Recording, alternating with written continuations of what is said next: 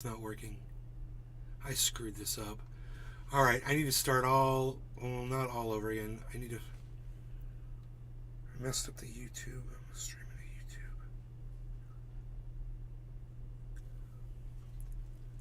Messed up the YouTube channel, man. Oh boy, that's a problem. We're live on everywhere else except for the main YouTube channel. I can figure this out, can't I? I can figure this out. I can do this. Right?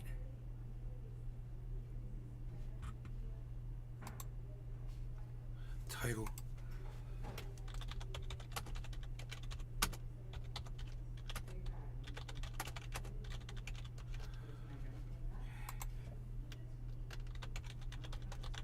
Alright.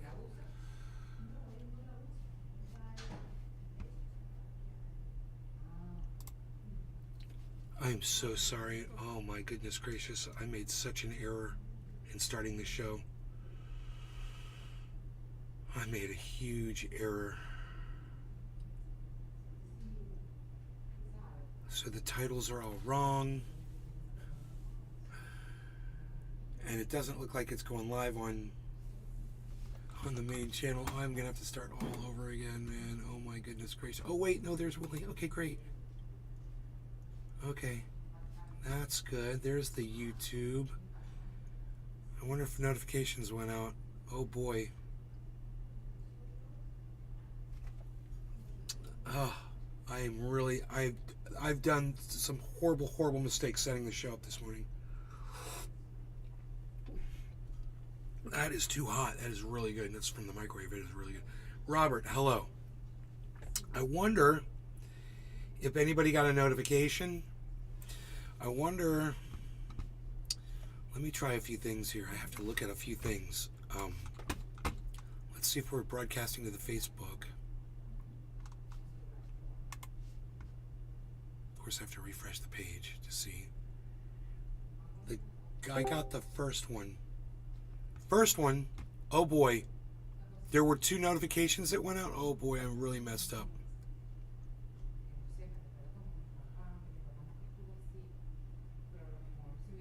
Okay, that says we're live on. How do we open this up? How do we open this up? Continue watching. No. Okay, enlarge. Okay, there we go. Now I'm live on Facebook, but the volume thing isn't popping up. That is really weird.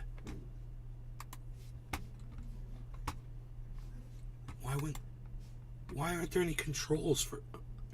Okay, there's a pause. There's no volume? Oh, there it is. It's so stupid. Okay. No comments on Facebook. 27.5 chart, 28.8. That's the only one I got today. Okay, yes, that's the one. That's the one. That should be us live. But we're also live on the main channel. It should be under a different title, which you're on. Willie Bragg live with us today. You know, if the notifications didn't go out, they didn't go out. I was just trying to do too much, and I forgot how to do what I was doing, and I screwed it up, and then I ended up going live, and I didn't have everything set up properly because I was trying to do too many things. I feel bad. I guess what this means is no one's going to show up to the show. So, I mean, if this is any indication, there's 3 people watching on YouTube. There's nobody watching on Facebook. Josh G says hello. And as far as Rumble goes, are we even live on Rumble?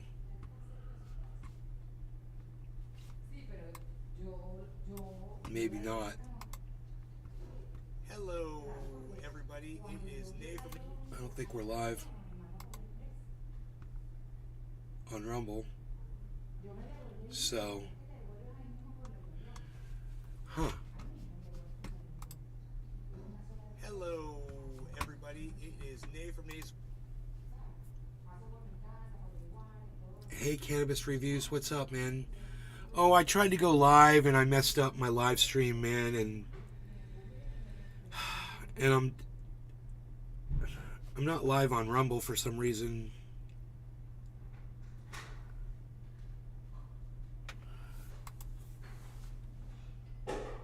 I clicked on Rumble. It just didn't initialize. Oh, your Rumble terminated because... Okay. I gotta re-add the... I might be okay on Rumble. Let me just try to re-add the information here. I thought I already did this, but let me just see. Yeah, I messed that up. Okay. Maybe I didn't do this. Copy. All of a sudden, the women today are like really chatty. It's like they never talk, and all of a sudden today they're just like, yeah da da da da da da da da da. It's Cleaning Crew Thursdays. Okay, let's see if we can go live on Rumble now. You are now streaming Rumble. Okay, I didn't get the error message. We'll go over to Rumble. So what do you do on these streams? Trade stocks, grow herb? Yes and yes. You dabble in it all. No, we don't do stocks. We do crypto.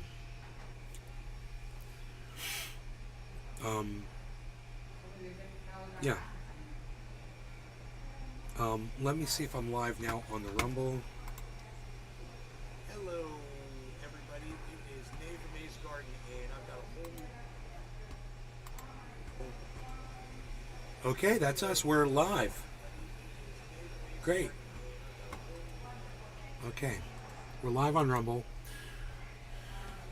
And we're live across probably just about every channel now. Kind of a weird thing, the way it's going on, but... and the titles might be weird, and the notifications may not have gone out correctly. So let's pull up the Discord server. Hey, look at that! It's what's his name, with his ex-girlfriend's photo. Hold on, I can't hear you. Say that again. Okay, Say it one more time. Hello? Oh, I got you turned way down. Say that again. Hello? Okay. I'm trying to remember. Don't tell me who you are yet. I'm trying to remember who you are. Don't tell me who you are. I'm trying to remember. No, it's not. It's not. That's not you. It's your girl. It's your ex-girlfriend. And you are,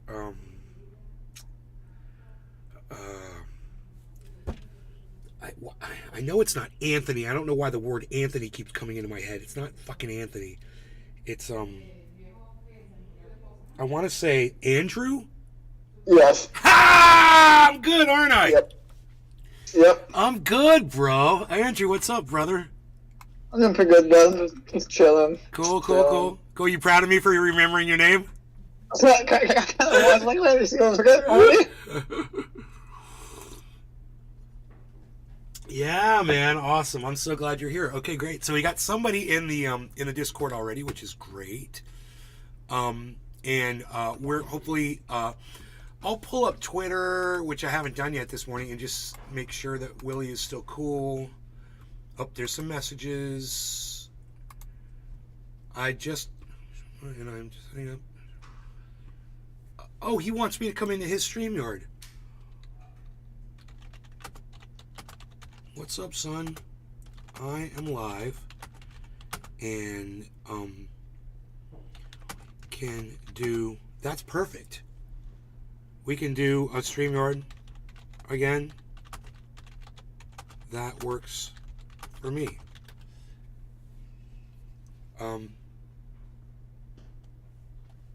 He's going to give me a link for his show. So I have a feeling I'll be live on his show too, which is fine. I mean, great, man. That's what I've always said. I always say it in here, right? I'm like, man, there's so many other people out there with much bigger audiences than me. I wish someone would pick me up and help me, you know, and let me talk to their audiences, you know.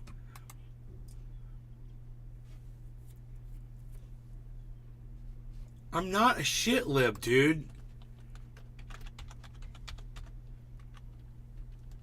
Shit libs toe the Democratic line. Show me doing that. Fucking fool. Why are you calling me a shit lib? I don't toe the fucking Democratic line. Are you kidding me? Fuck, dude. We're talking about free speech, man. Are you kidding me? People, bro. People. Show me a Democrat that supports free speech. Seriously. And I'll bring a Nazi in and they can start talking Nazi and we'll see how long they can handle it. You know, they're not going to fucking support that shit. So don't give me that shit. You know, you're not going to want to hear Trump supporters talking. You're not going to want to hear Ron DeSantis supporters talking. You're going to shut them up. You're going to shut them down. You're going to silence them. I mean, ignoring them is one thing, but you want to take them off of social media. So don't come at me and tell me that I'm a fucking shit lib, bro. Okay? I'm not trying to silence anybody. You got a forum and you got something to say. Fucking say it, bro. I don't have to listen to you. But I ain't a shit lib. And quit trying to say I am. If I was a shit lib, I'd be cheering on the war in Ukraine. Right? Exactly. God bless America. Okay, so let me just get my life together here because it's a little crazy right now.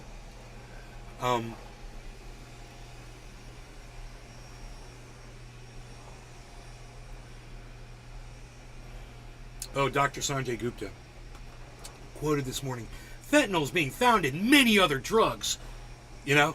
So, you know, Adderall, all kinds of antidepressants, blah, blah, blah, blah, right? So I'm like, oh my goodness. I go and I tell my mom, I'm like, Mom, Dr. Sanjay Gupta's on CNN right now saying that they're finding fentanyl in like everything, like all kinds of other drugs. She's like, really? I'm like, yeah. I go back into CNN to go back to the room like 10, 20 seconds later, and Gupta says, I didn't mean to scare anyone. I was only referring to street-bought drugs, not from pharmacies. And CNN wonders why they have the lowest ratings in 9 years. You guys saw that tweet, and you liked it, and you retweeted it. Thank you. Thank you. It's a good tweet, right? I told you I put up good tweets, man. Yep. I'm so glad that you guys are supporting me. Thank you for that.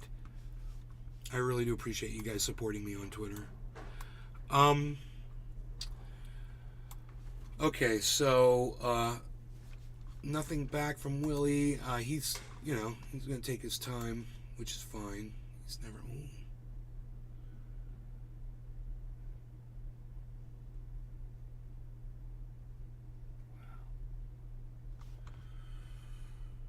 Fucking hey, dude. Billy is just all ate up with the bonsais, bro. They're beautiful. I love them too. I'll give you that, but if it walks like a duck, bullshit.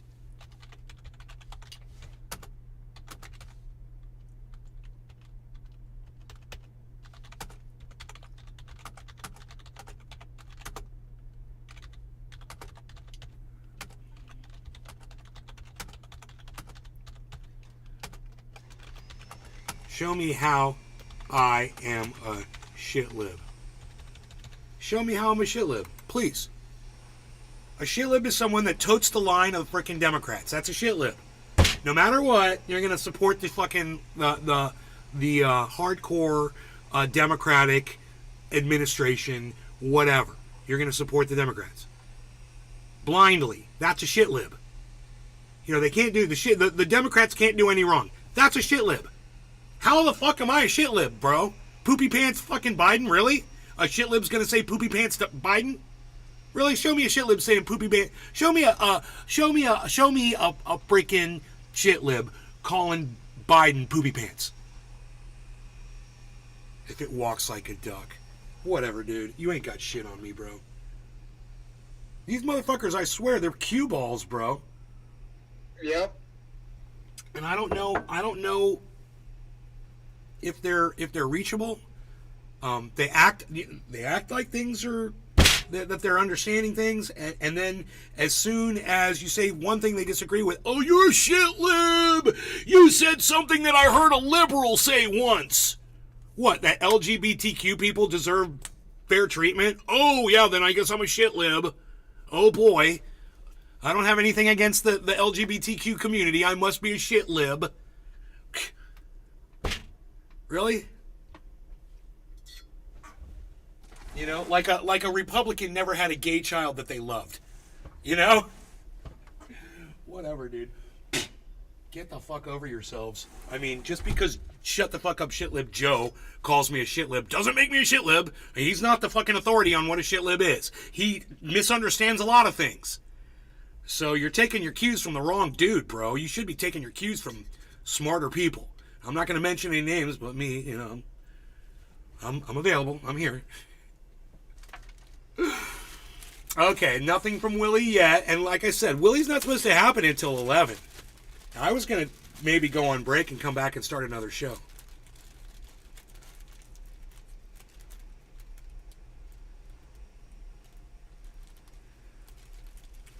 Joe Rogan.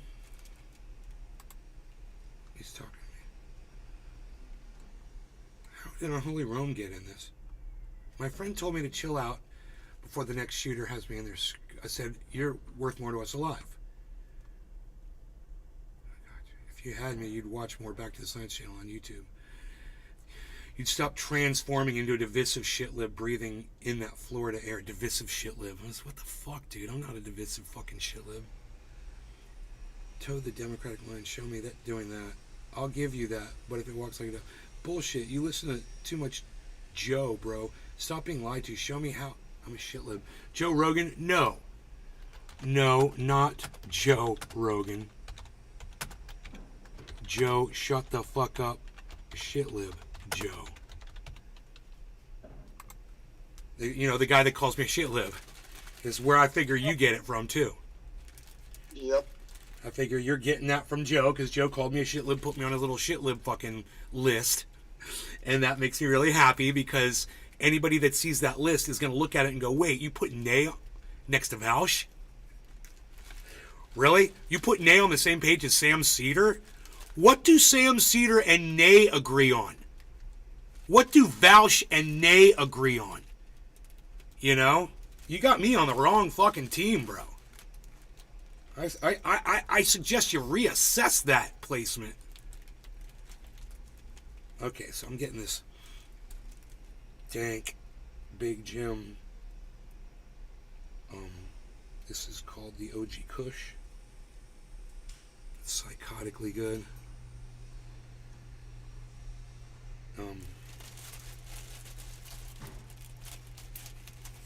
Okay, I'm getting some notifications. Is he already responding back to me?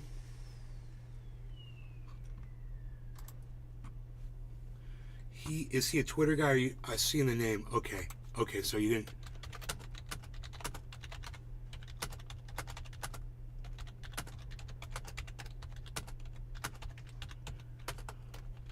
Why do you keep calling me a shitlib? You know, why do you keep going? Just fucking let's just hash it out. Let's just find out what it is that I say on Twitter that makes you call me a shitlib. I mean, I don't vote. So how the fuck am I a liberal if I don't vote, you know? I don't support the policies because I don't vote. So best of luck pinning me down.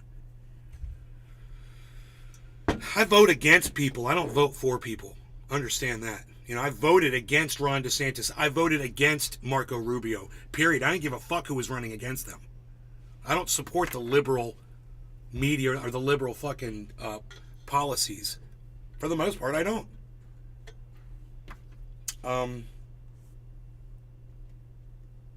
You know, the liberals are fighting a war in Ukraine. What do you hear me say about the war in Ukraine? Let's get into it, man. So, I remember now. My chat isn't reading back out loud. Iceman! Good morning, bro. Cheers. Yes. Hello. And I've got this over here. Wouldn't have... Not...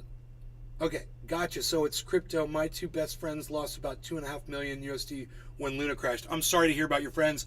I lost about $100,000 when Celsius went down, and I'm hoping to get some of that back.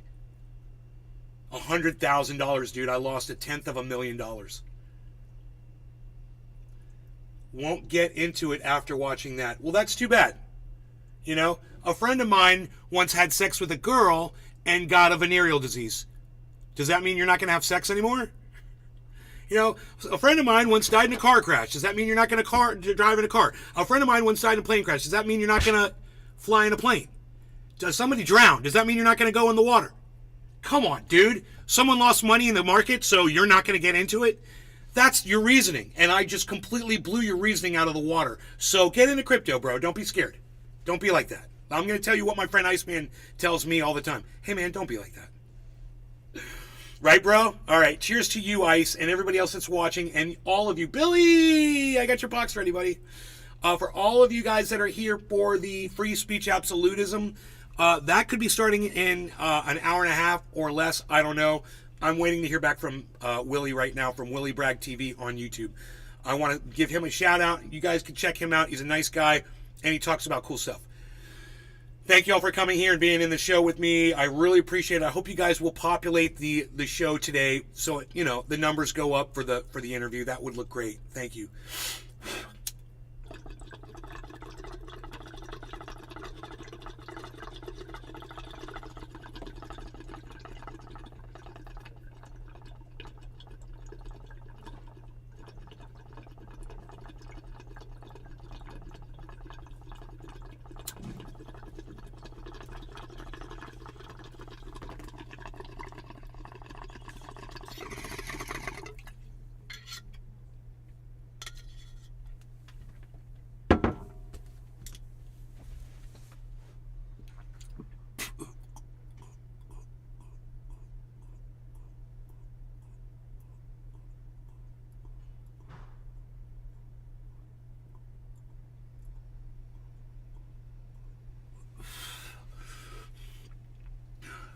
Billy, why aren't you a moderator?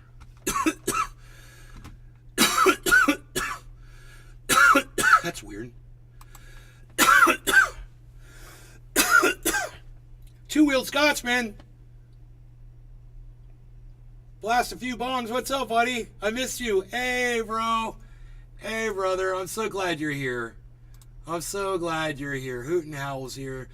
Billy. Billy's a mod, but the collection isn't. Well, the collection is now a mod. We made sure to change that.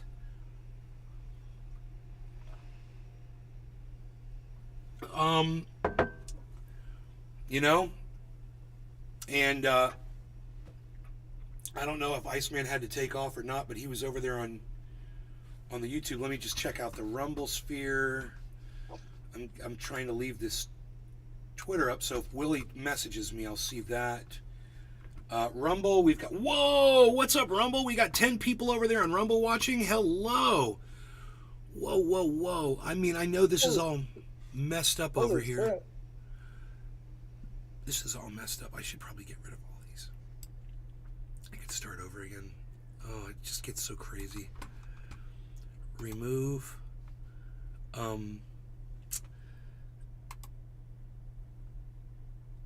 Yeah, we can remove all that. Remove.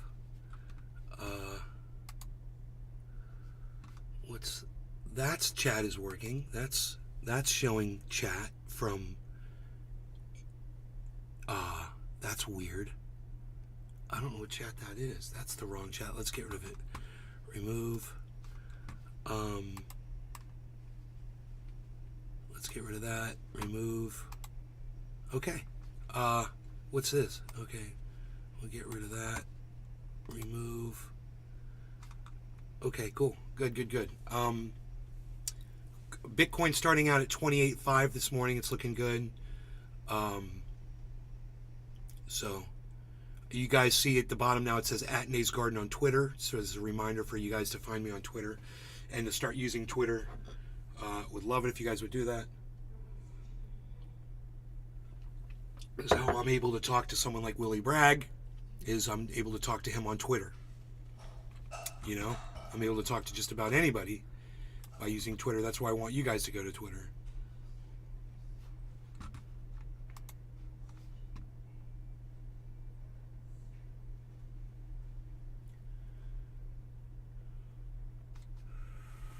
He dropped this. I asked him, why do you keep calling me a shitlib? And he's not responding to me now. Well, I guess he blocked you. I'll go through his stuff and report, but I'm assuming, like most folks, he's got good. Okay, he's going and looking at shut the fuck up, shitlib Joe's stuff right now. Here, this is what he's telling me. He went off on a bunch of shit. I didn't see any of this.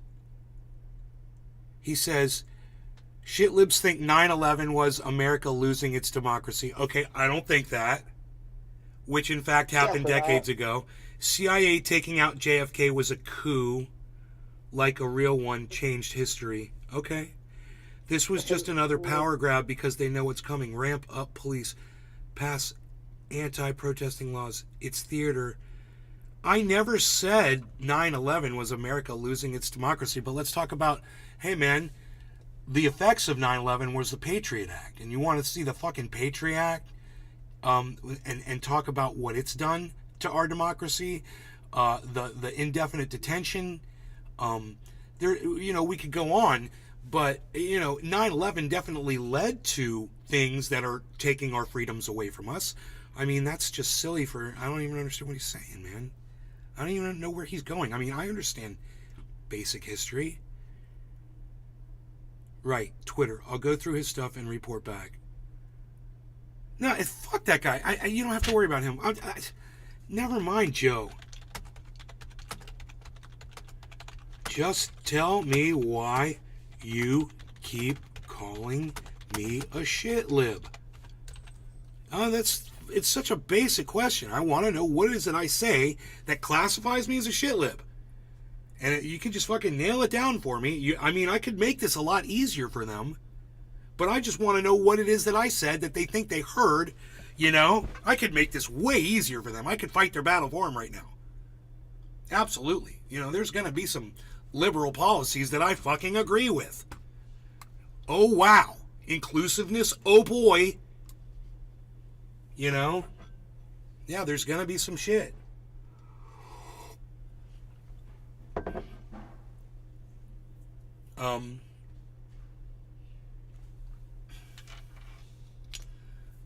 But the more I learn about both parties, the less I have in common with them. And that's the way it's been for a long time. I don't understand how anybody can come up with I'm a shitlib, with Nay is a shitlib. Once you understand, it's like calling me a cue ball or calling me a flat earther.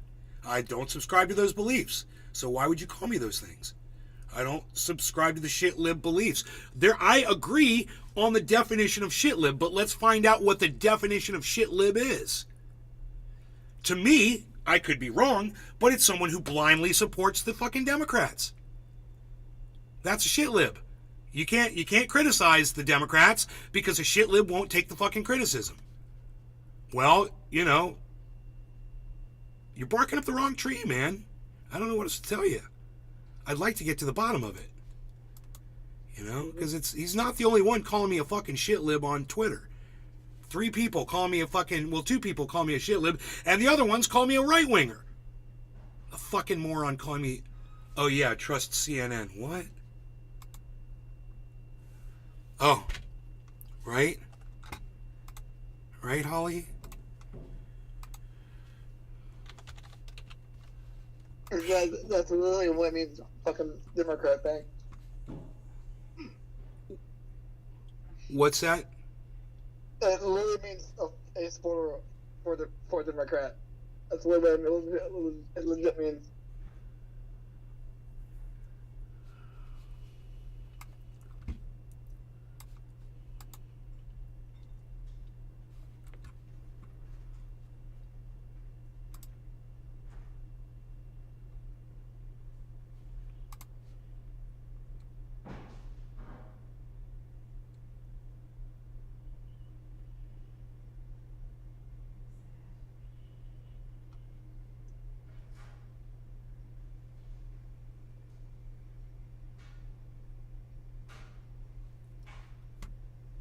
What?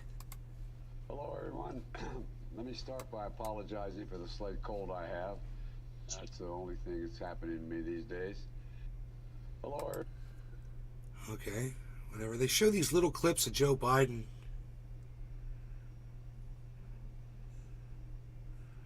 And they don't make any sense.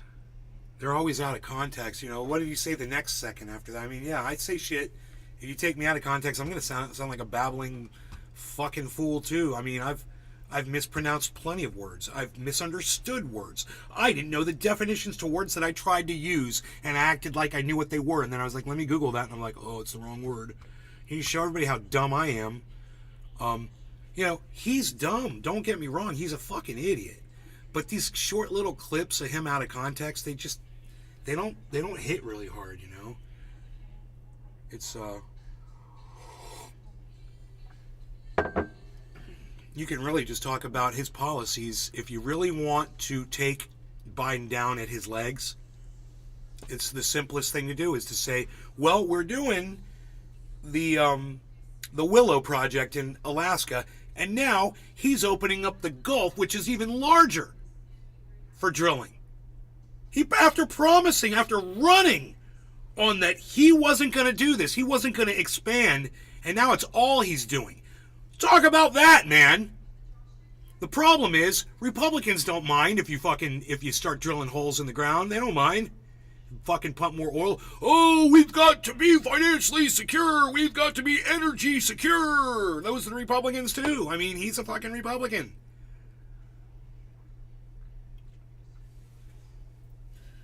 We need that oil, man. It's a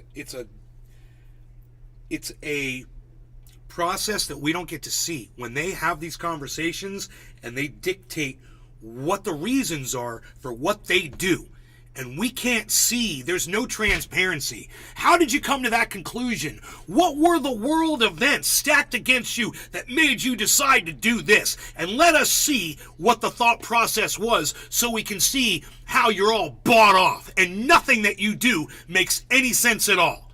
None of the decisions you make correlate with the fucking problem. It just seems to be ways to make a certain small group of people wealthier. And we can see that.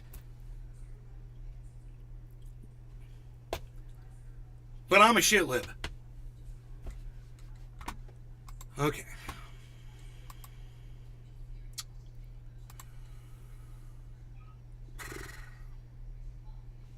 Holly, are you here? Is Holly in the chat?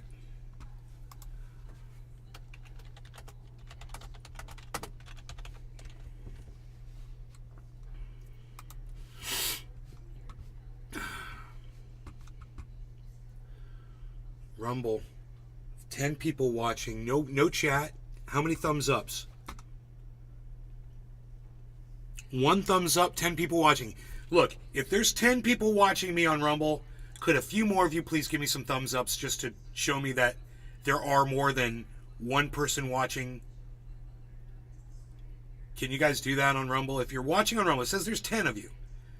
Just gonna ask, please give me some thumbs ups over there on the Rumble if that's something that you're able to do to let me know that you're at least here, because you're not chatting, so I can't see in the chat, but at least give me a thumbs up if you're able to do that, so I can at least see that there's actual people here.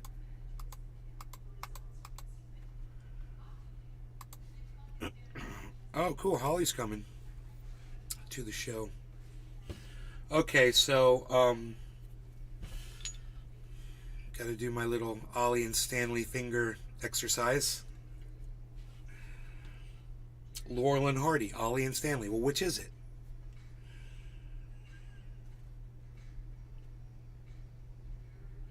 Indeed.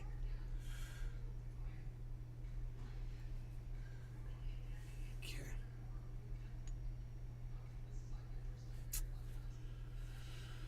Laurel and Hardy. I wonder how old those guys lived to be. Yeah, everyone back then smoked cigarettes and people died young. Everyone died of lung cancer. Heart attacks, heart disease, all that shit.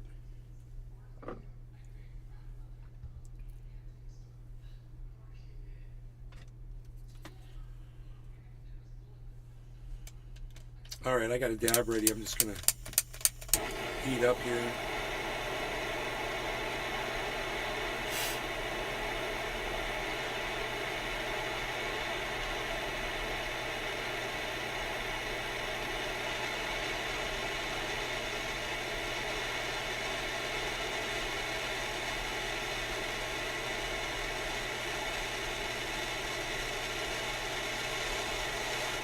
Those dabs last night were the tastiest dabs of all dabs ever. I really enjoyed last night's show, man.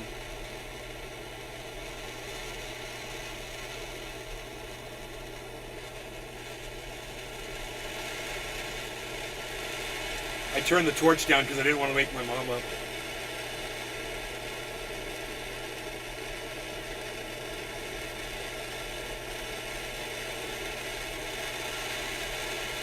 But it heats up faster when you turn it on.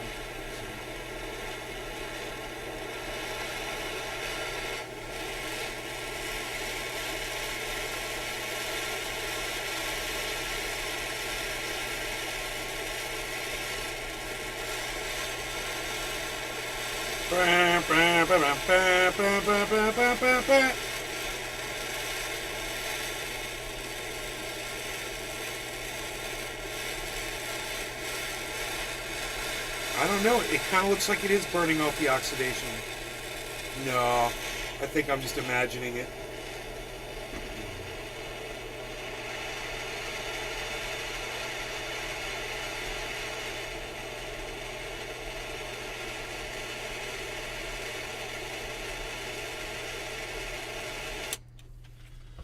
Okay. Wow. Casper.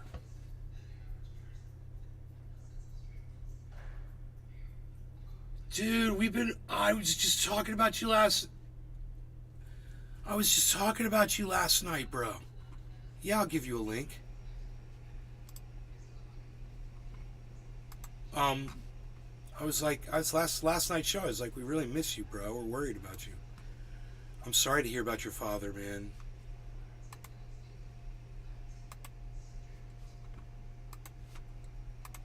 Okay, here's a link to the Discord in the chat. Man, I'm glad you're back, bro. Cyber's been like really worried about you too, man. Him and I were talking about you off camera, you know? Because we don't have a way to get in touch with you other than Discord, you know? Maybe you should give us your phone number, you know? Give me your number in Discord, bro.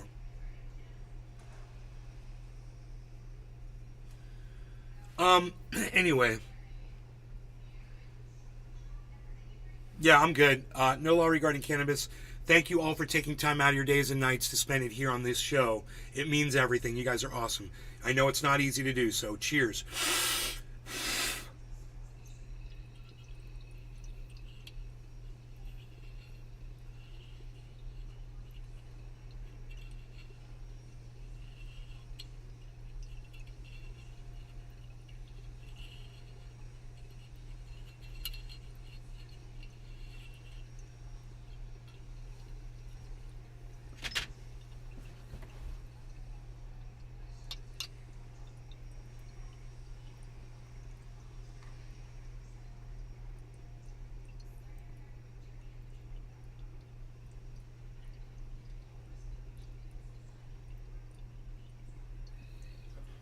Perfect temperature down. Should always be smoking when you're done.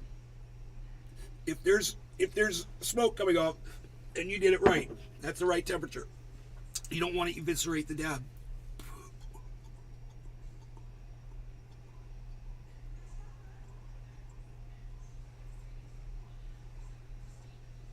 You can get really skunky dabs if you go too hot. You'll never know what you're missing flavor-wise until you let that thing cool down. You see someone just going red hot in, they never know what dabs taste like.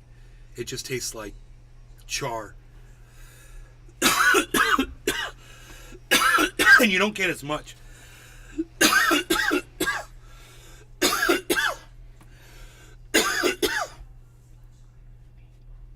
You get a lot more vapor when it burns over time like that.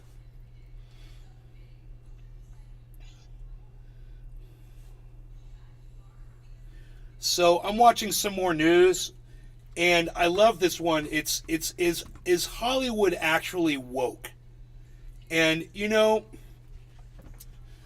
that whole woke thing. This is a thing that we're gonna have a problem with. Joe, shut the fuck up, shit lib, and Jib Monkey, over there on Twitter, because this is a trigger word for them that they've been trained to rally against.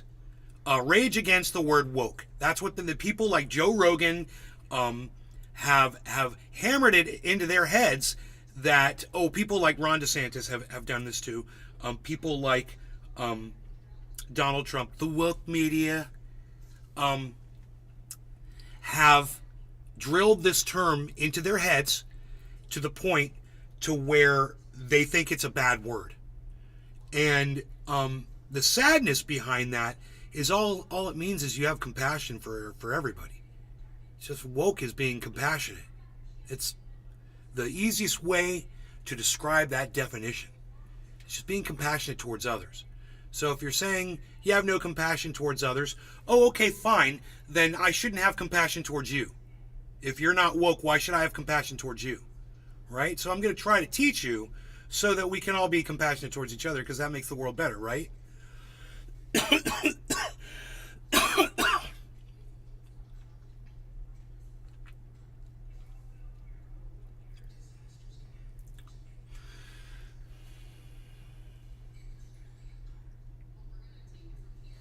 Anyway,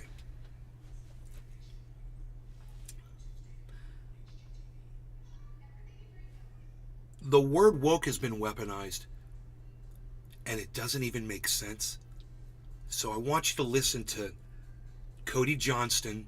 He's crazy, he's zany, he's vulgar, toilet humor, but he's really, really, really smart. And he's gonna, and let me tell you something else. Cody Johnston plays some of the shit lib notes. Absolutely. I'm aware of them when he does. And, you know, and I don't mind pointing those out to you if he does it. Like, there's some things that he won't cover. You know, that's shit libbery right there. There's some things he won't talk about. And it's not at risking his channel. It's that it goes against his narrative. So, see, if you don't have a narrative, you don't have to worry about anything going against. Right? Okay. What's my narrative? We should end war. Ooh, okay. That's my narrative. You know, hey, Jim, what's up, buddy? Welcome back. Good to have you back, bro. Deep breath to see you back in the Discord. Dude, I was just talking about how you're ate up with the freaking bonsais, bro. I love it. So, 2 acres of Irish moss, my whole lawn, and it grows back fast. Psst. You're good, bro. We're good. We're good, bro. And Douglas firs can be bonsai'd too, Billy. And they look gorgeous. I'm going to have Mark send me a picture of the one outside my bedroom in California. It's amazing, bro. It's like, I don't know, man. Maybe it's 2 feet tall, and it's got this big curve, and it bent over sideways. It's got this, oh man, I hope it's still there. Hope the weather hasn't taken it out, but it should have nice deep root. Deep root. Strong. Alright. So, I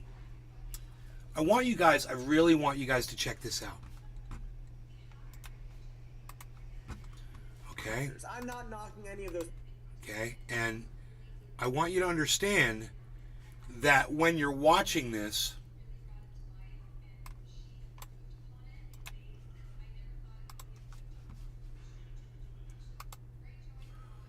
oh, where is the, okay, here it is. Great.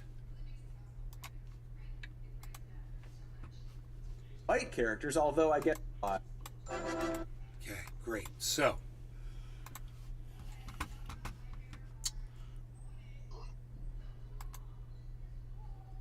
okay, that is not it. Let's go back to this and just go to this.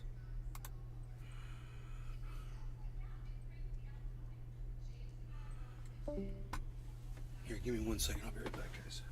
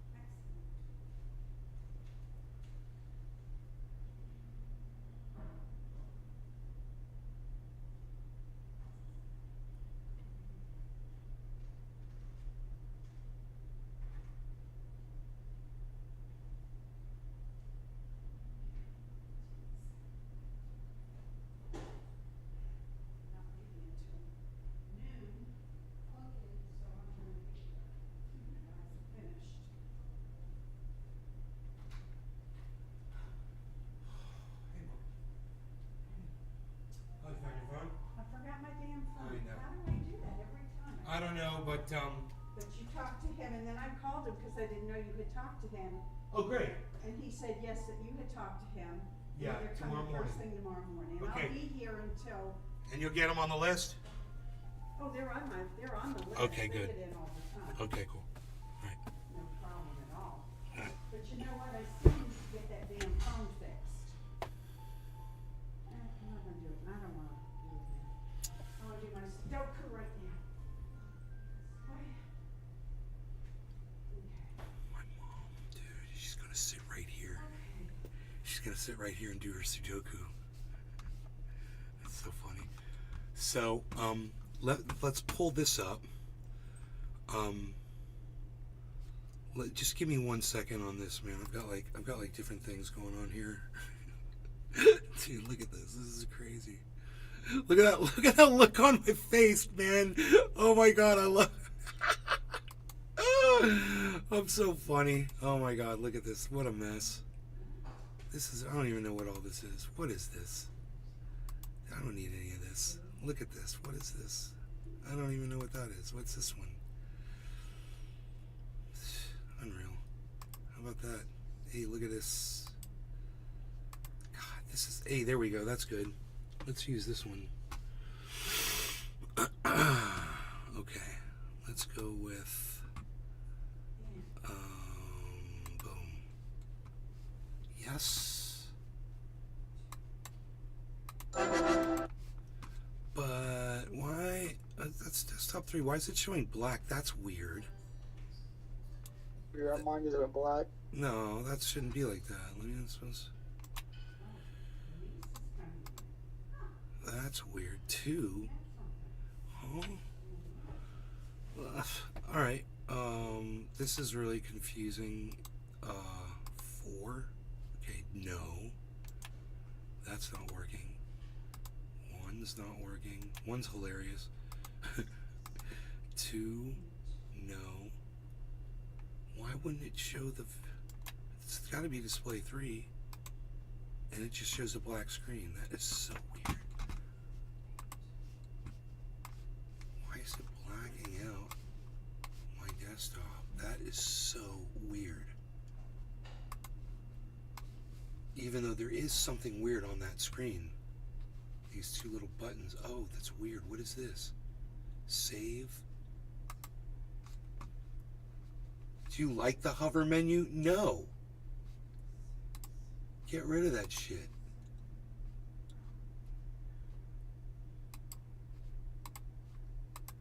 No, get rid of this shit.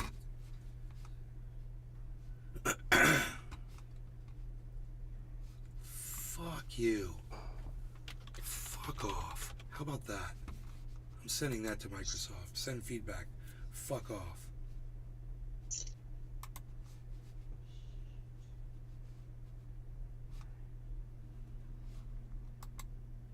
How about that? Do you like this fucking menu? Hey, do you like my fucking dick in your mouth, you motherfucker? How about that? Fucking douchebag. Where is, why is this black? That is so weird. That is so weird, man. Why would that desktop come up black like that?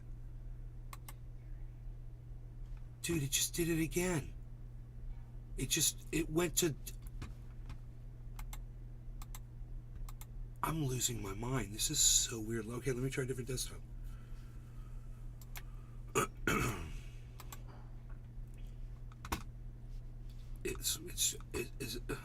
Okay. There it is. Okay, great. Well, I think we're good now. That was just, really, really weird. Wait, it's not doing... That's weird, bro. My computer is acting really weird. Okay, we could do it over here, I think. Maybe. Dude, Windows 11 is so bad. It makes everything more difficult. And the people who designed it are horrible people. They're just horrible, dumb people. I don't even think they went to school. Greetings, news believers and news heretics. This is your news god, Cody Johnston, here with the news. And here is that news. Some of it. Oh, lordy Lou! And Lord again! Lord being me. No time for that news from before, because here's some breaking news. Hollywood woke apocalypse. Whoa, Oh, apocalypse. dear Christ! Oh, dear sexy turned up Christ! It's happening. What is all this fucking noise?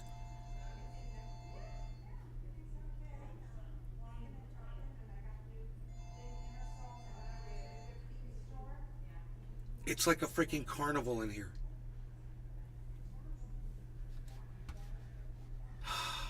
All right, I just didn't want to contribute to it, you know? It's like a cacophony of fucking chatter and ringing, and my brain couldn't take it. So, I'm really confused right now.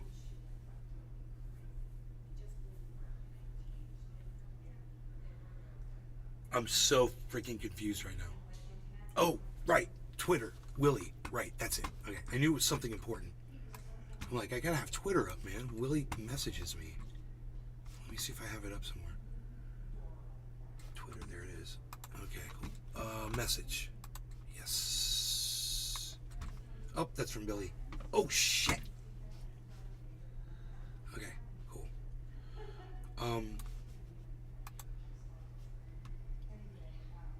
Okay, 11 a.m.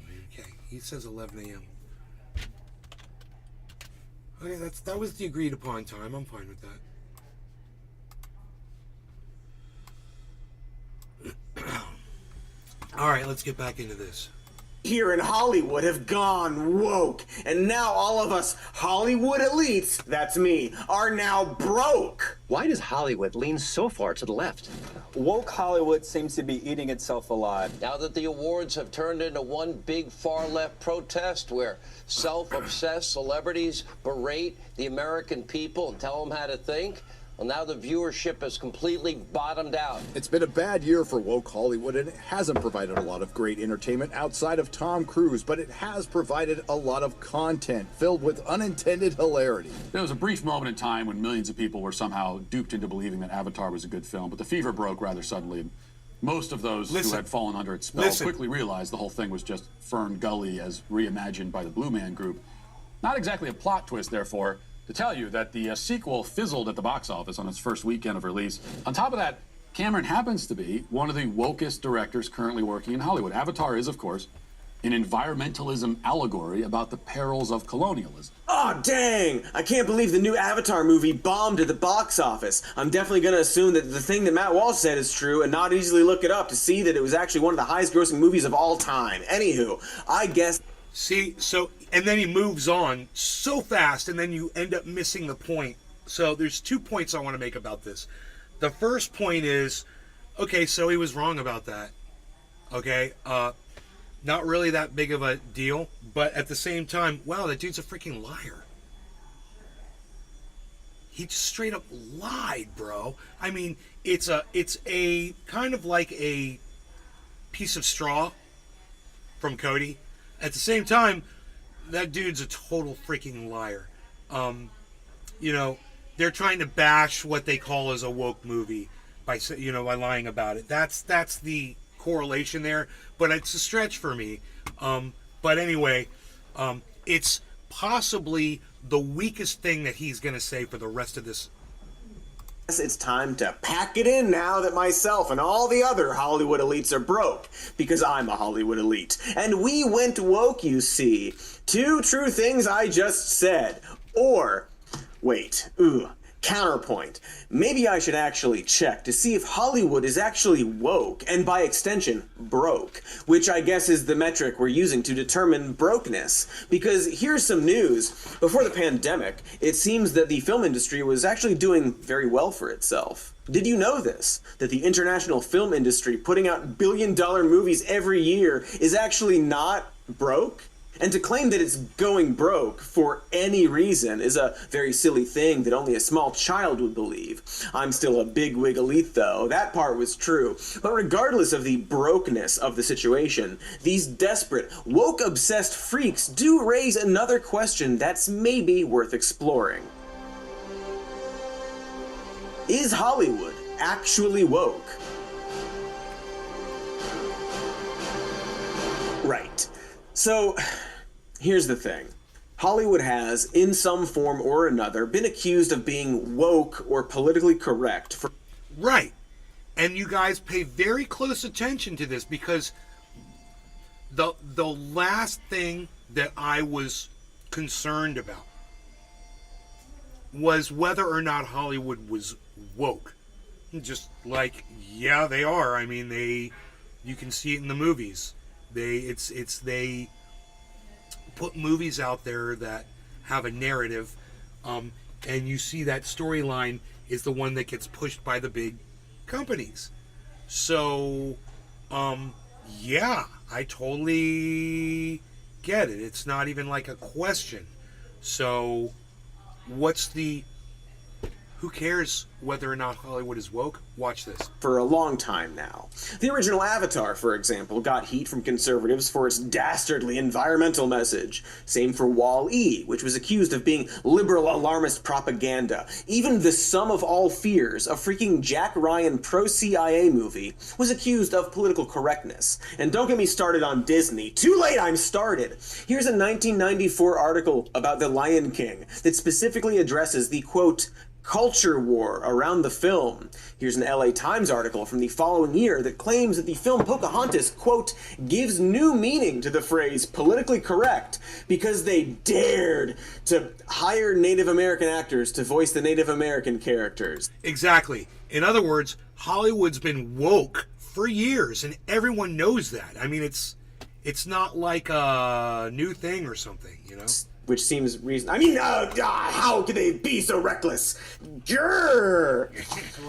Of course, none of that answers the question as to whether Hollywood is actually woke or not. But before we figure that out, we first have to define what woke actually means. By now, you might have realized that the term is kind of a catch-all for whatever conservatives have decided to hate that week, or day, or minutes, honestly. What are they mad at now? The woke cranberry sauce. Whatever. And like a lot of honky goings on, this phrase was of course stolen from people with darker skin. It turns out Black Americans have been saying woke for a very long time, since at least the 1920s and 30s. And throughout pretty much the entire 20th century, it had a single, standard, relatively fixed meaning. Woke was an adjective describing a black person who was aware of anti-blackness as a powerful cultural, social, and political force in the world. This knowledge prompted them to remain alert and on the lookout for signs of systemic injustice. Many scholars trace the term back to a 1923 collection of sayings and ideas from the social activist Marcus Garvey, who wrote a call for greater awareness among black people that opened with the rallying cry, "Wake up Ethiopia, wake up Africa." Soon after, the phrase "stay woke" also entered African American vernacular English. It's even featured in a 1938 song from legendary blues musician Lead Belly, who hopefully will not hit us with a copyright strike because he's been dead since 1949. I advise everybody to be a little careful when they go along through that, but stay woke, keep their eyes open. Let's do a David Lean-style match cut to 2014, when the deaths of Michael Brown and Eric Garner kicked off the Black Lives Matter and related social movements. The concept of wokeness and remaining woke suddenly received national attention, in not just editorial headlines, but also popular songs, which were later featured in even more popular movies.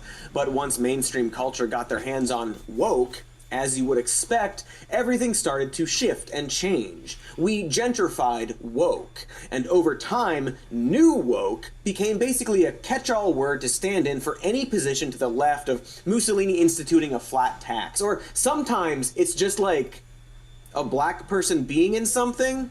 Right. And so, since it was hijacked by the right wing, for the sake of this accusation of woke Hollywood, we're going to define it based on their parameters. I get it, man. Cyber and I talk about this all the time. It's annoying.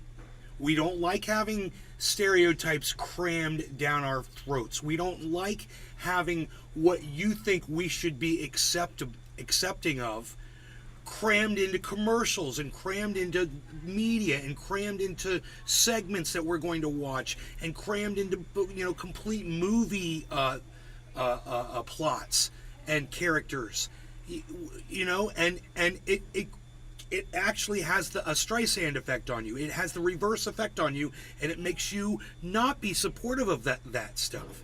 You know, this is one thing that I think that Cody probably doesn't get from, you know, where he's coming from, and where I'm going to differ from what he's saying about it. And if you want an official definition from a conservative, well, it just so happens that the leathery Ronald DeSantis was actually forced to give an official definition during a recent trial.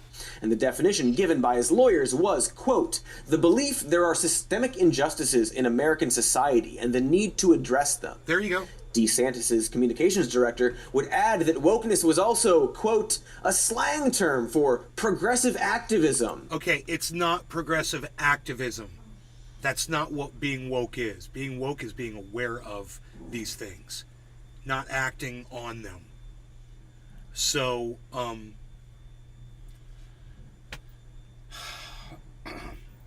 his own lawyers know the definition of it, and if you listen to what the very definition of it, being aware of certain injustices, okay, when you're not woke, then you're denying reality, then you're being a liar, you're denying facts, you're denying the state of what's going on. It's not about opinion.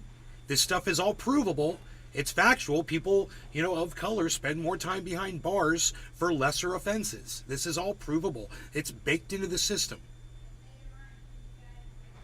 You know, go look up what racial profiling is. It's still being done today. It's in the system.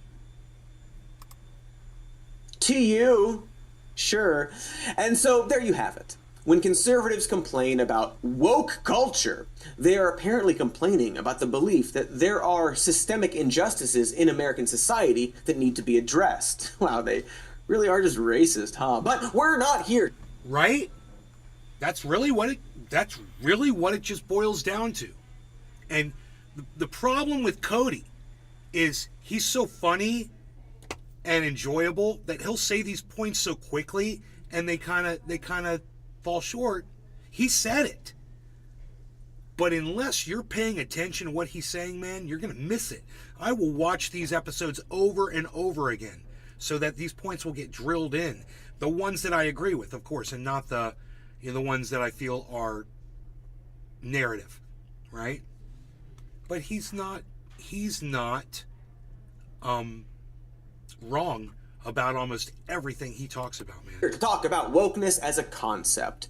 This is about Hollywood, and what specifically Hollywood is accused of being. Starting, of course, with diverse casting. With The Little Mermaid, can we also just mention that just from a scientific perspective, okay, it doesn't make a lot of sense to have someone with darker skin who lives deep in the ocean. This guy's such a anything, racist. I mean, not only should the Little Mermaid be pale, she should actually be translucent. If you look at deep sea creatures, they're like translucent. They have no kind of pigmentation whatsoever. Thanks for that science lesson about mermaids, beardo. It's cool for me to call him that white, because I also have a not beard. pale. He meant now, white. this is something we have seen for a while now. The complaint that films are recasting characters with more diversity in mind. Because after decades of white-centric kids' films, it's bad, according to, let's call them racists, to give non-white kids someone to look up to.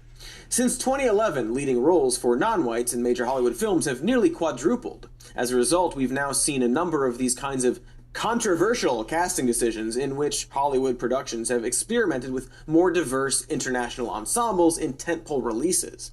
In several cases, actors from underrepresented communities have even appeared in what were once considered conventionally straight white person kinds of roles, only to receive pushback from particularly vocal pockets of online fandom.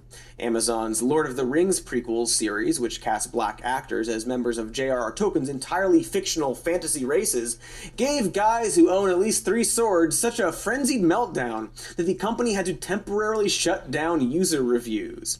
Disney's Lightyear and Strange World each featured LGBTQ main characters, prompting this heated response from one extremely concerned 9-year-old fan. So you have to screen everything right now. That's why one of our goals here at Daily Wire Plus is we'll do the screening for you. We'll just make the content. And then you can trust, because we share your values, that we are not going to cram down all the values of the progressive left, the transgressive left, on your kids. Disney has no such qualms. In fact, this is their goal. And they've openly stated it's not by accident. They're doing this because this is part of this guy calls it the transgressive left. This guy's Jewish, okay? And he's cheering on shutting down the LGBTQ community, and they're coming after him next. And he doesn't even see it. The hypocrisy here is so thick. And you just gotta love the fact that he's going after movies because they have LGBTQ characters in them. Hey, I got news for you, Ben. Guess what, buddy? Your children sit next to LGBTQ kids at school, man. What do you think about that, bro? It's a fact of life, man. You want to deny facts, Mr. Science, Mr. Frickin' Law student? There's something seriously wrong with this guy. The amount of greed, if someone is that intelligent and they're just so greedy that they're just going to sit there and lie to their audience just so they can make a buck, it's just filthy, vulgar, and disgusting. Of an agenda. It wasn't even a main character in Lightyear, it was a side character. But yes, let's let Ben Shapiro screen your movies for you. For he is definitely someone who understands what makes movies good, and is not in any way a bitter and failed screenwriter, who also happens to get offended when there's a 2-second same-sex kiss in a movie about a fake movie that a toy character from a real movie is based on within the universe of that movie. Though, for a fair and balanced look, here's a contrasting review from one of Ben Shapiro's peers. I think a 2-second kiss scene between 2 girls is nothing. Well, everybody has an opinion. Indeed, this angry young lad is not alone. There are large internet communities dedicated entirely to tracking and decrying all of this super woke, extremely radical Hollywood content. It's become such a fixation for so many, it seems undeniable that we're talking about a real trend. Look how many examples they have! And those are just the films and shows that actually get produced. There's also an entire genre of theoretical complaints about classic concepts that today's Hollywood would never touch because of the disgrace of wokeness. You know, you could never make Blazing Saddles today, Gate, and yet, it's kind of not really true. At all. None of it. Of course you could make Blazing Saddles today. Most of the people claiming you couldn't seem to completely misunderstand what the movie was about. I mean, except for Mel Brooks himself, who also claimed this. But like, it's not about how racism is good and funny, you know? Why wouldn't they be able to make that? Because white people say the N-word? I mean, Quentin Tarantino seems to have a minimum quota for white people saying the N-word, and he's doing fine. Robert Downey Jr. did blackface in a film the same year he played Iron Man and became the biggest star in the world. Not to mention that the people saying this seem to forget a pretty important detail, which is that Mel Brooks couldn't make Blazing Saddles then either. In the same interview that he claims the film couldn't be made today, he also notes that, quote, "They wanted to bury me and the film. The head of distribution told the owners not to release the picture, but they only did because it was already booked in theaters and they didn't have a picture they could replace it with." One of the studio notes he describes is that they wanted him to recast the black sheriff as a white actor because they were afraid of all the racial jokes. In other words, not only did he struggle to make it at the time, but he struggled because it was tackling the concept of racism, something the modern film industry satirizes all the damn time. Meaning that not only could you make Blazing Saddles today, but you might even have an easier time making it today. So make the damn film. It's fucking fine. I mean, it wouldn't actually be fine because I don't want to see a remake of Blazing Saddles, but you get the point. I mean, I would be great for the Gene Wilder part, but that's, you know, maybe if Mel was doing it himself, I'd be interested. But generally, no thank you, but thank you for the offer regarding my talents. Very gracious. So, besides the accusations of forced diversity in movies that couldn't exist today because of edginess or whatever, there's also the sorbo of it all.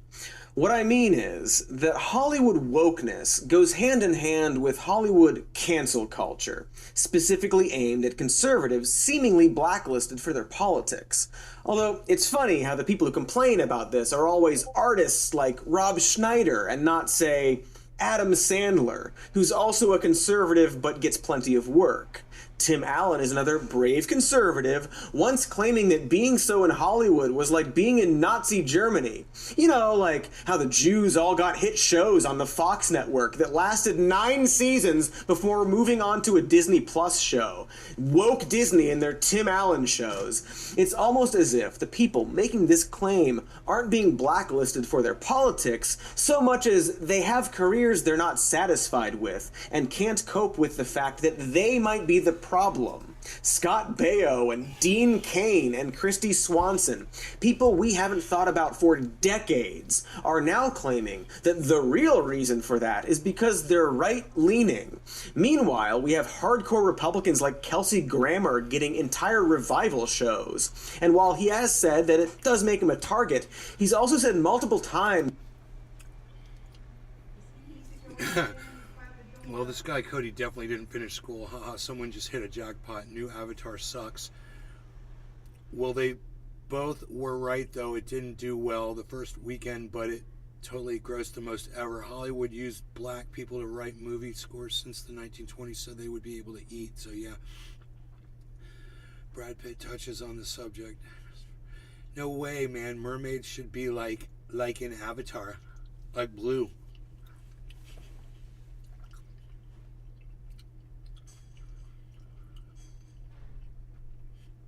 Every cast member of Tropic Thunder refuses to apologize for Tropic Thunder. Dude, that thing was a goddamn disaster.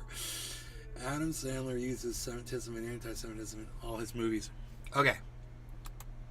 That being a Republican hasn't really been a big problem in Hollywood, and generally he jokes about it when asked. It is a funny thing. You spend a lot of time racking your brain about it, and I finally, I did think, part of me thought, maybe this being an openly Republican guy.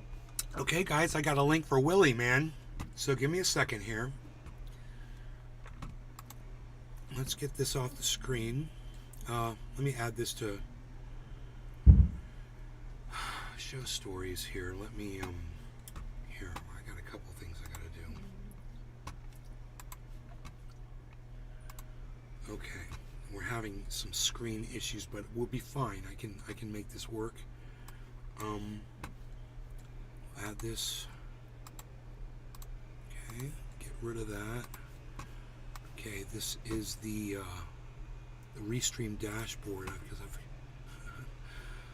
don't even need that up right now. I think we're good there. I'm going to leave the Discord for this conversation, because he's gonna have me in his StreamYard. So let's move this over here, and let me see. Continue. All right, check. There we go. Okay, now I gotta get my screen set up. I think we're, for the most part, we're pretty good, actually. I'm just gonna bring him up over here. This is my Tangerine. We're gonna put him right there, I think.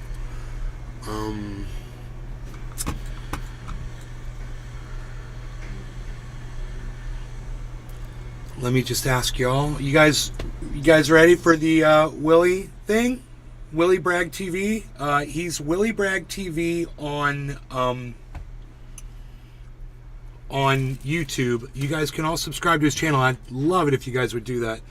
I think he makes a lot of sense so far, everything I've heard. And, you know, not everybody has to make 100% sense on everything, and you don't have to agree with everything. He's a nice guy. And it's just like I say about me, guys. Whether or not you agree with me on everything, I still want you to support, even when we're disagreeing on shit. And I'll try to be supportive of you. And before I go in there, I'm just going to do a bong rip really fast. So I want to thank all of you guys that are here to watch this interview, this conversation with Willie. We're on his channel and my channel. Cheers, guys.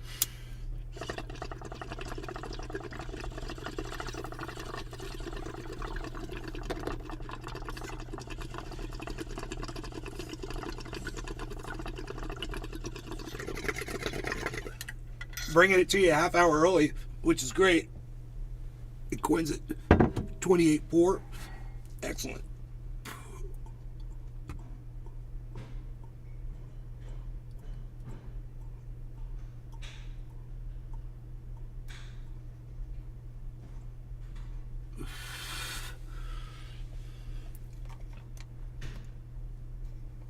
My fan's not on, that's cool.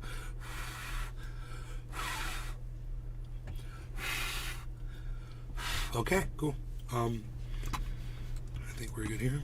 Let me just find my mouse. There it is. Okay. Oh, scheduled. He's not live.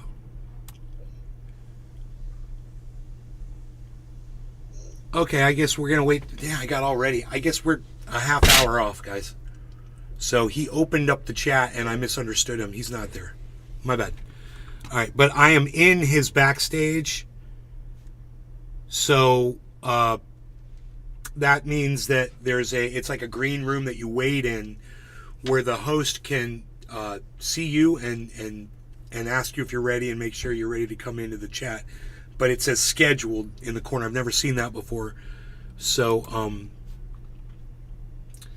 let me get rid of this and bring that over here. He said give me till about 11 a.m. I'll let him know I'm in the green room.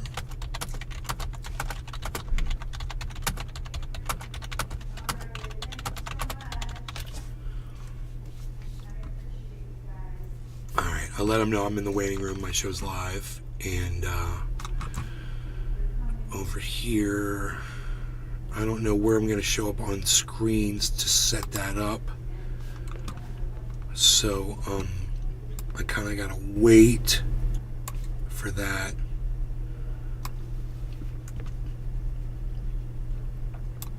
But we should be okay. This is kind of fun and exciting. What I could also do is maybe bring up the show numbers. Rumble. It's kind of looking weird here.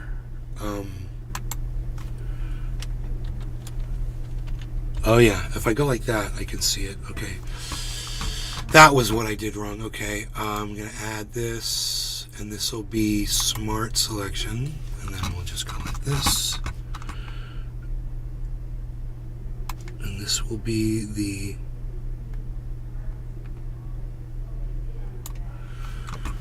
that'll show the Rumble, the amount of people watching over Rumble. Remember, over on Rumble, we've got free speech absolutist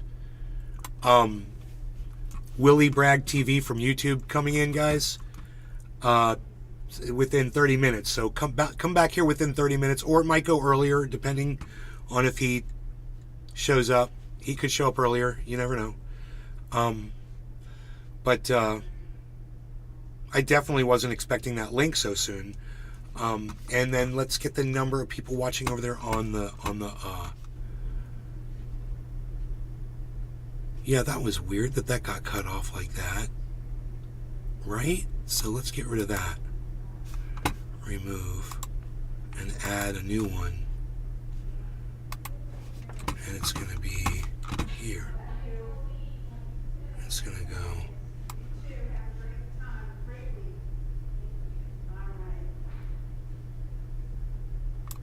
that one will go like that.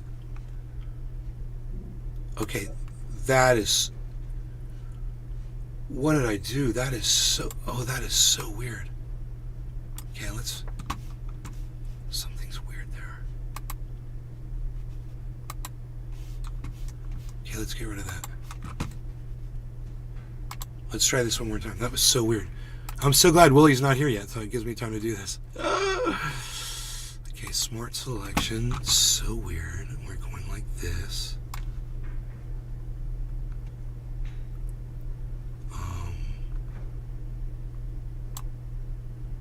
Okay, there it is. 4 watching. Great. That is great. And that can go right there. This can go right here. Right? And then Facebook. You guys, excuse me for looking up here like this. Facebook's got 2 viewers on it, on the main channel. Huh. It's almost not even worth putting up. I mean, I'm going to say hello over there. Hello-y?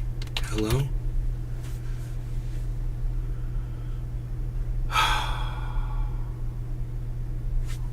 Ice was there before.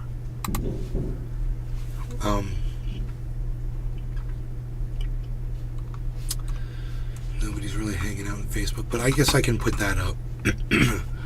Let's see here. Give me a second, and I'll bring the Facebook one up here.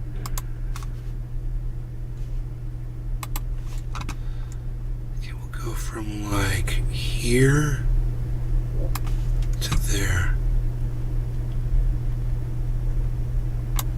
There. And that'll show the Facebook number.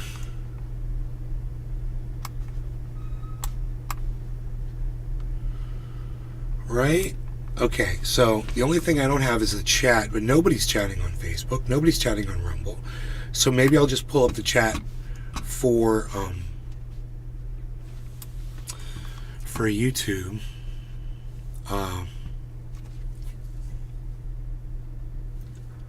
Frying, what's up, bro? Okay, add source. Let's do this.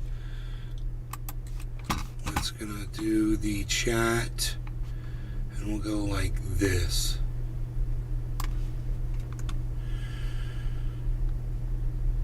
Try to get the size right. That should be perfect.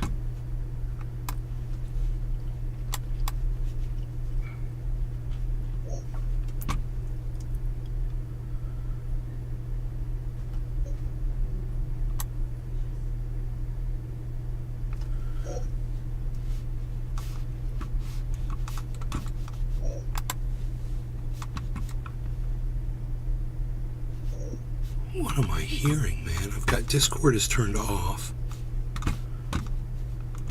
One of my mics, that's muted.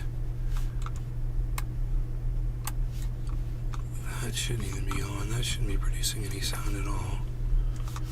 That's off. That's off. What am I hearing? I'm hearing some kind of weird sound. Your Facebook feed is still just shutting off for me. Huh. I don't know why. Drop frame 0. Oh, wait. Zero drop frames on all 3 of my broadcasts. Because I'm rocking it. Okay, so if I could get one of my other desktops to work here, that would be great. Or I can just put the StreamYard in as a source, you know? Yeah, I think we can just do that.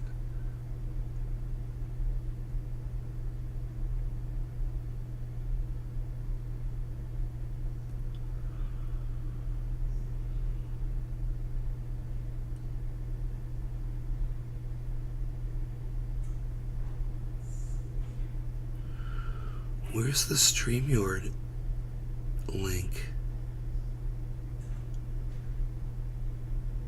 StreamYard, there. Oh, damn, I just saw it. StreamYard.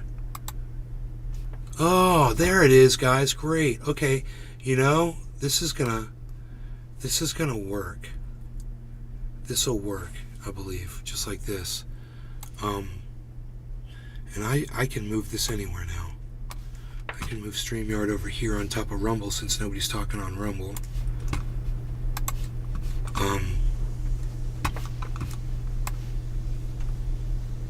And when we go live on StreamYard, where do I want that now? Where do I want that to be? I think up here.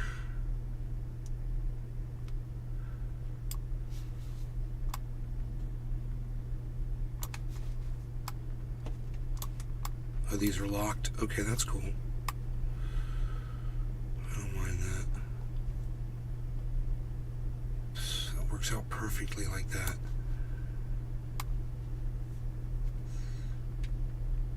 This is awesome, man.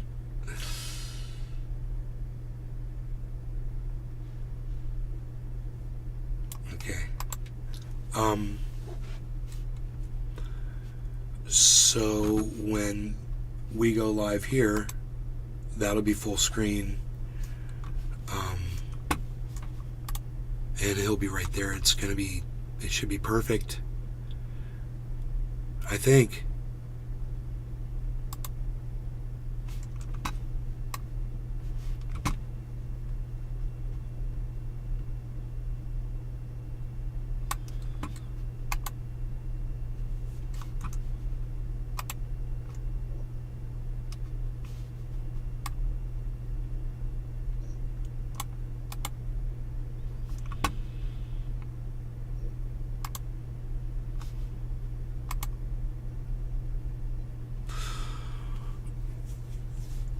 Remove that. We don't need that there. Okay.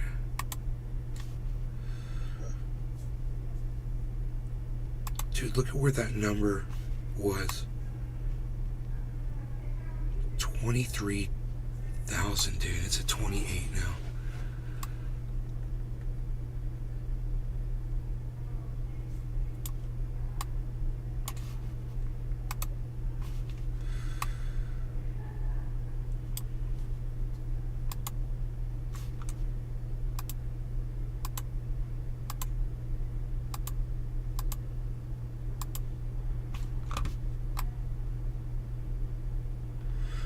That's cool. That can go right there. And this can go right there. And this can go right here.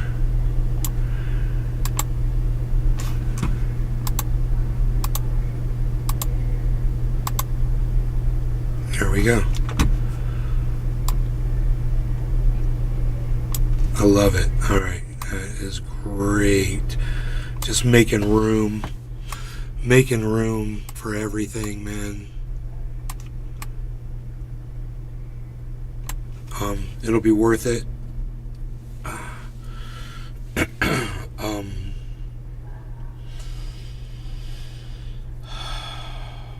So, oh yeah, my questions. Those are right here.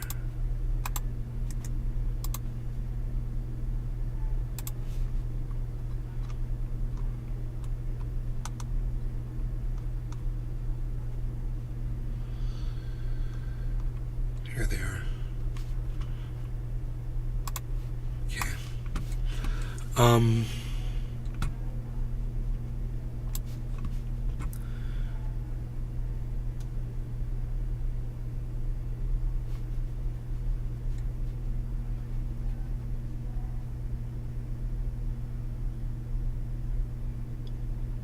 Okay, great. I've got the next question. So from the first day, and then the second interview questions. Great. Still got a bunch. Billy's question never got asked.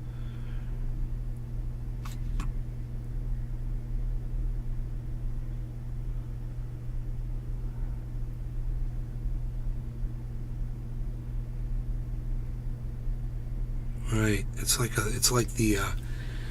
the argument about libertarianism. It's interesting with the question that Billy is asking. So let's go like this with these questions. Wait a minute. That is really weird.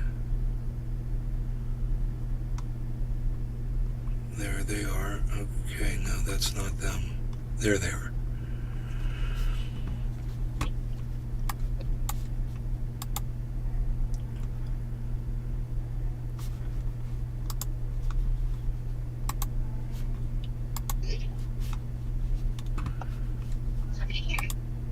That's so much better. I made the font bigger.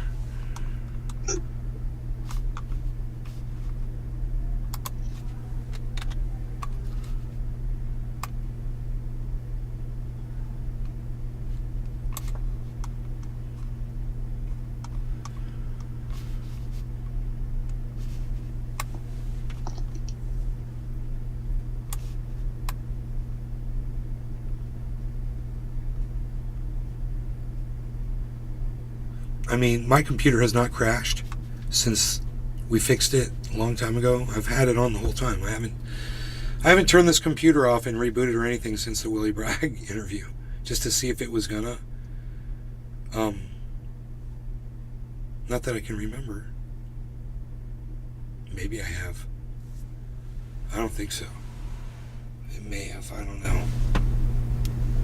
It's logged out and logged back in. But I don't know if, let me see if Willie's trying to reach me on Twitter at all. I'm thinking about that, like, quick. No messages coming in from Twitter.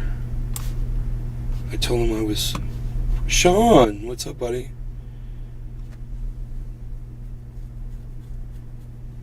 What's Willie's YouTube channel? It's Willie Bragg TV. It's Willie, W-I-L-L-Y, Bragg with 2 G's, TV. Oh, I believe it's all one word, Willie Bragg TV.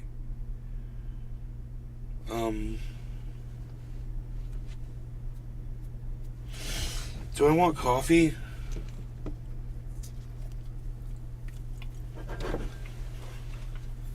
Do you want coffee?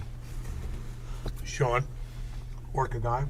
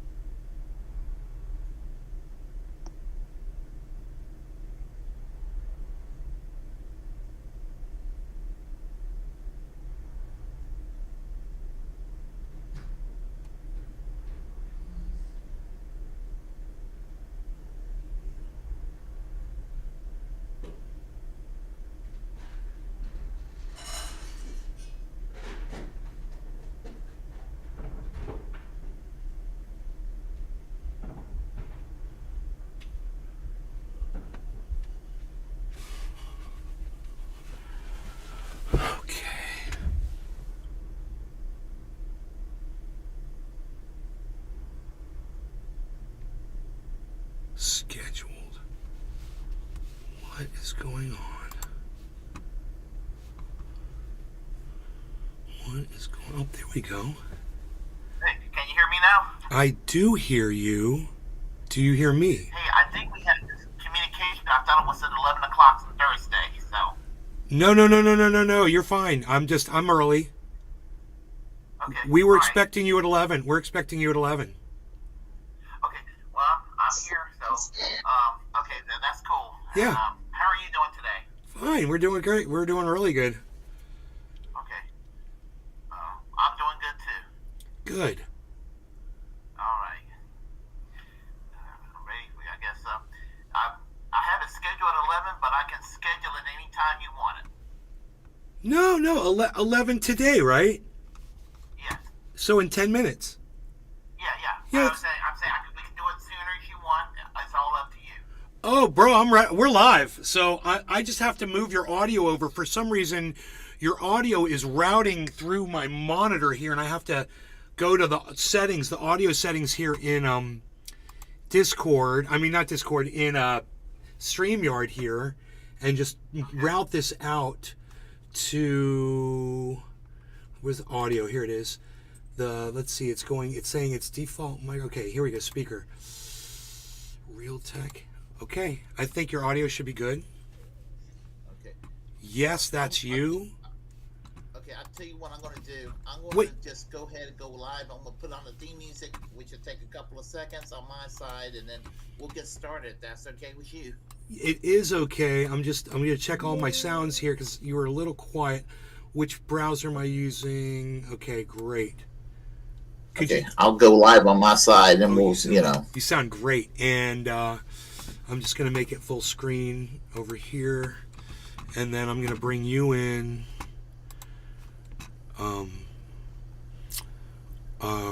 Right. Yeah, I'm just going to do this. This will be easier, I think. If it stays like that. Okay. All right.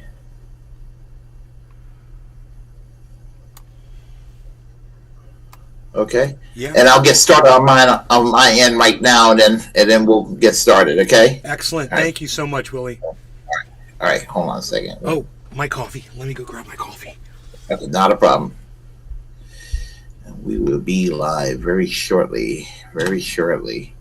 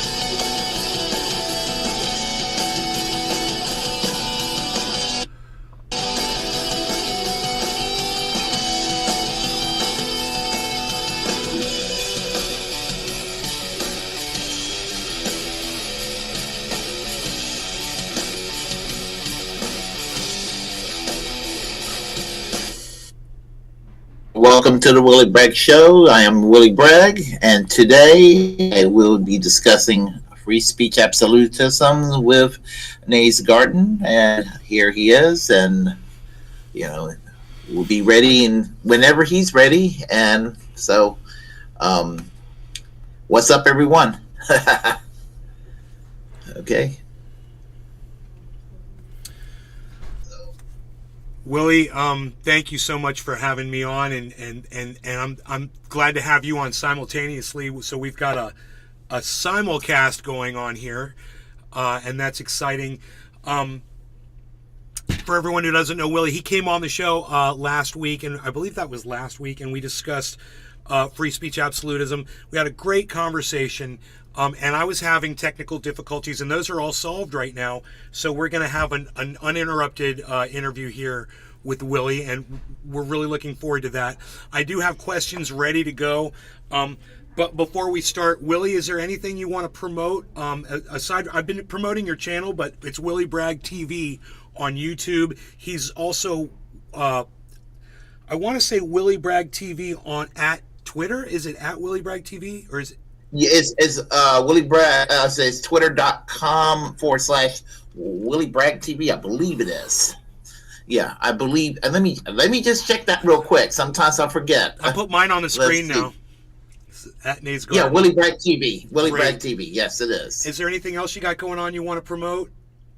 I every Saturday night at 9 p.m. Eastern Standard Time, I do live stream in partnership with Cabarrus News Group, KRTD Media, that is, and I just basically do what I do during the week. However, I do it in partnership with them. It's just our way of basically promoting each other in the name of corporate, again, to try to counterbalance corporate media, basically to promote independent media. We're helping each other, in other words. It's all in the name of promoting independent media,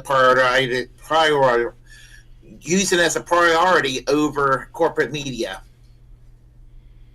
Excellent. And we're glad to have you, and we're glad to have you promote anything that you have going on, because like you said, all we have right now really are each other, because everybody's being subverted with algorithms and being muzzled and being silenced, and it's nice to have these conversations speaking out against it, and I love having you on to talk about it.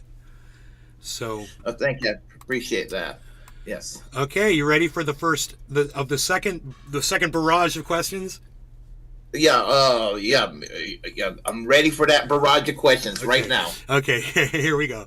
So This one says, is an absolutist okay with lines of people screaming at women walking in and out of health clinics? They have a right to their viewpoint. They do not have a right to harass the women. In other words, they do not have the right to interfere with their access, and they do not have the right to. They do not have a right to. They don't have a right to physically stop them, and they do not have a right to verbally abuse them. But they have a right to express their opinion on the subject matter, if that makes any sense. As far as a free speech absolutist goes, holding up what someone might consider vulgar posters or offensive images while these women are trying to go in and out, that would be okay. And let's see, reproductive rights, regardless of whatever my personal opinion or somebody else's personal opinion would be, must be protected under the law. Because of a woman's health, it must be between her and her doctor, and that's what it must be. Those who are quote unquote pro-life, they're entitled to their free speech.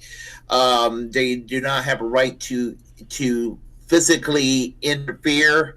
They have a right to protest, but I would say I'm not 100% sure as far as the distance, and I'm not, but as far as the content, they have a right to say whatever they want to say on what, as far as the content's concerned. I want you to realize, I don't know how much of an authority you are on free speech absolutism, and I just want you to know, I don't consider you, some expert or anything. I don't want you to have some kind of pressure on you that we're thinking that you need to speak in absolutes at all. And if there's something that you're not comfortable with, or that you want to refer to something else, that's fine. Just say, this is how I feel about it. I'm not so sure, and we can investigate it, because I'm learning, bro, and I love just you reaching and trying to remember everything you know about this, and it's almost like we're both learning at the same time sometimes. So I think it's really cool. If that's okay, is that all right? Yeah, that's fine. I don't pretend to be an expert. Cool. That's perfect, brother. Perfect. And I've learned so much. The most important thing I've learned talking to you so far. And what's that? I'm a free speech absolutist. There you go. Yeah. Okay. From talking to great. you, I found out that I'm also a free speech absolutist. I couldn't wait to tell you that. So the next question comes from somebody from the audience who watches all the time. He's very talented. Someone that is he relies on free speech to do what he does. His form of expression in art, on the internet, in real life, all the things that he's ever done relied on him being able to express himself. So this comes from Billy Ballantyne, and what he says is, absolutists believe that the wording "Congress shall make no law" in the First Amendment means that neither the federal nor state governments may pass laws that abridge the individual rights of religion, speech, press, and association. So, can religions that kill people with Kool-Aid be able to just do so and get away with it as far as a free speech absolutist goes? Well, okay. You mean something like what happened in Jonestown, for example? And I would say that as far as the end game of somebody dying, now that's where the line is drawn. I mean, I'll give you an example, probably a less controversial example, all those controversial. For example, a Jehovah's Witness, for example, they don't believe in blood transfusions. Now, if an adult don't believe in a blood transfusion, that's on them. But if a child, I don't care what their religious beliefs are. I think the state ought to intervene and save the child. And they kind of contradict themselves because those people don't believe in abortion rights, but then they'll let their kid die if the kid needs a blood transfusion. I don't understand that, but anyway. That kind of touches on libertarianism right there when we talk about states' rights and I mean, I don't know. It's because you were saying something about the Kool-Aid, and I was thinking about the Jonestown incident. And let's take it. Let's take it to a different step. Let's say your religion says that you're not allowed to view certain material. If a religion is trying to step on your rights of free speech or expression, or to read a book or whatever, does a free speech absolutist prosecute the religion for violating free speech, or how does that go? If you belong to a certain tradition, and you belong to that tradition, and they say this is what you don't do, that's up to you to obey that particular faith, because they're the ones that make up the rules in that church or that institution. But that church or that institution does not have a right to infringe on or impose on the rest of society, whether it's Christianity or whether it's Islam or any other faith. I mean, I oppose the implementation of Sharia law, even on a limited case, for that same reason. Because to me, it's kind of like you oppose, Christianity kind of meddling into people's affairs, you would sort of do the same thing too. I don't understand that, like in Western Europe, where they have some Sharia recognized in a limited way. Seems like it will kind of contradict the mainstream law that exists in those countries. Sharia is possibly one of the those third rail type religions when you're talking about free speech, isn't it? That's the one, man. I mean, it's what are we going to do? What do we allow? Are we going to watch and let somebody cut somebody's head off because of they were cheating on their spouse, or are you allowed to surgically go after the genitals of a girl because the religion says it's okay? And like you said, when it comes down to hurting someone, when it comes down to violence against someone, that all falls into that category. And I'm with you on that. I mean, who am I, as someone coming not from Sharia law at all, to look at another religion and say, you guys can't do that. You subscribe to that. That's your belief. And you all, because you say it's your religion, that's how you all agree to that. And then you start thinking about, well, some of these people might not have a choice. So then the free speech absolutist has to look at that and say, hey, you got to break a few eggs, I guess that's where I'm at with it. Yeah, as I said, whatever, I'm not trying to pick on any religion per se, but I'm just saying whatever religion it is, if anything that's kind of restrictive within that faith, if whoever believes in that faith, as somebody chopping somebody's head off. Obviously the state's should intervene there, and it should not allow that sort of thing to happen, or the state should not allow people use their spouse or like, for example, not beating up on Mormons. We don't allow Mormons to, the fundamentalist Mormons, for example, to marry multiple spouses. And I'm not picking on them. I'm just giving that as an example right there. There's always something that's a little bit weird about all religions, every one of them. That's I got to thank Billy for that question. It's really it was an interesting little walk we took there, and I think it covered a lot. So Billy, thank you for that wonderful question. He's in the chat right now. So we've got the next question here is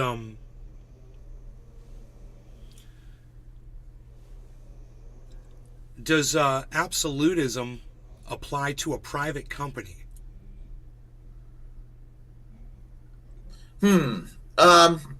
That's really interesting because the right wing sort of try to have it both ways when it comes to free speech on that one, and they'll be like, well, or they get upset if somebody gets in big trouble for making an anti-gay joke or anti-trans joke or a racially insensitive joke or something like that, but somebody gets fired or reprimanded, there'll be like they want to go in and defend that person, but then these same people they're okay with somebody getting fired for organizing a union, which is a free speech right. Mm-hmm. Yeah. So as far as, let's say, social media companies and free speech, whenever you're looking at Twitter or Facebook and the obvious moderation that is going to happen for the types of things that are hate speech, violence, calls to violence, and things like that, when we start seeing people being penalized because an algorithm is misunderstanding satire, we know already that we've taken the control of our speech too far on social media. These are private companies that do this, and it's almost like religion. We all agree to these rules if we're going to use the service. So that might drive you to go find, another place that allows you to say whatever you want.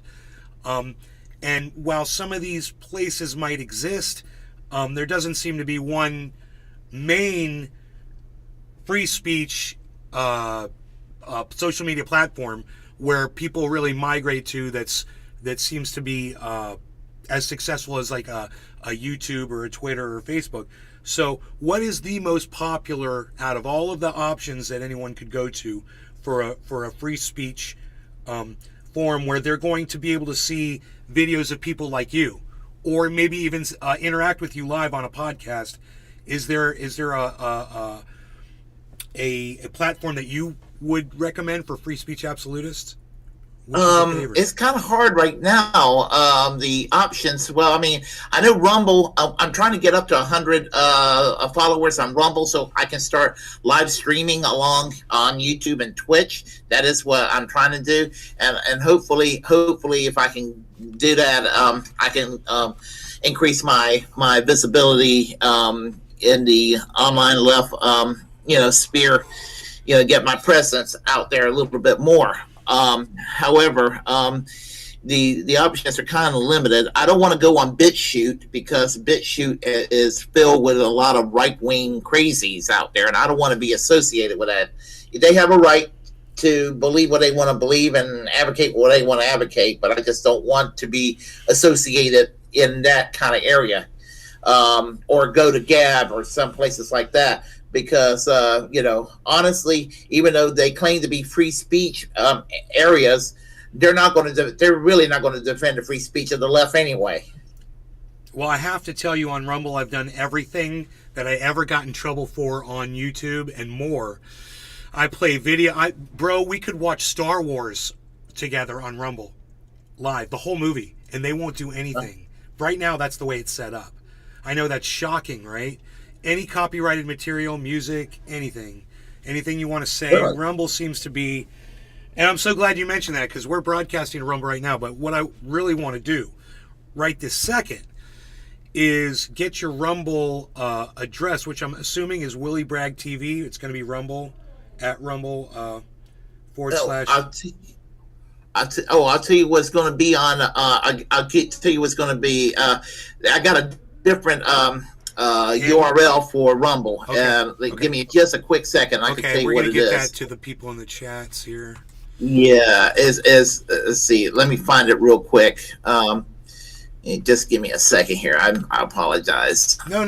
Don't worry. Take your time. Take your time, brother. No. Yeah. Give me a couple of seconds and let's see. Let me do this here real quick. Willie Bragg Show. And, Willie Bragg Show. Yeah, it's going to be for Rumble. It's going to be. Why can't I find it there? It's not there. There's Willie Bragg, Dirtbag Leftist. Willie Bragg, Dirtbag Leftist. Yeah, that's what it's called. That's what it says on the. That's what it says up there. I've got you. Yeah, I can tell you. I give you the exact URL. I've already got it. I've got the URL. Oh, you got it? Oh yeah, I'm putting it in the chat. Okay, thank you. I appreciate Absolutely. it. Appreciate it. Thank you. There you go in Facebook. Here you go over on YouTube. And now my Rumble page.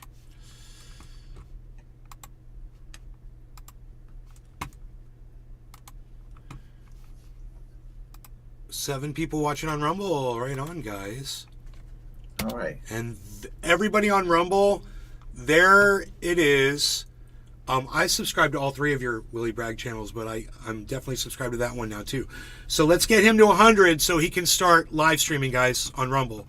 I paid the $10 a month for it, just to start. And then I got to 100 and then I discontinued my $10 a month thing. Yeah, I had like one video I've actually uploaded up there last year when I got suspended on YouTube for a week for them. I think I told you last week I got suspended from YouTube for a week for them taking my words out of context. Yes. And Deep Fat Fry with the which is a program with the Amazing Atheist and his brother Scotty and Paul Markey. They also got their program taken off the air for about a week for the similar reasons. They were making fun of election denial, people who were denying the election of 2020, going into the conspiracy theories, and the algorithms interpret them as engaging in the conspiracy theories, and so they were pulled down for a while too. And can I show you? Oh wait, you froze up there for a second. Your video froze up. I can hear your audio. Oh, there you are. You're back. Okay. Let me show you one of my tricks. See, whenever we don't want to get a medical misinformation talking about COVID or something, so if I talk about, that's what I do. I don't say the word. I just go, and everyone knows that I'm talking. Okay. Yeah, I'll go like, if I want to talk about these, I'll use code words for so many things. It's hilarious, and I do it, of course, in my titling as well for my videos.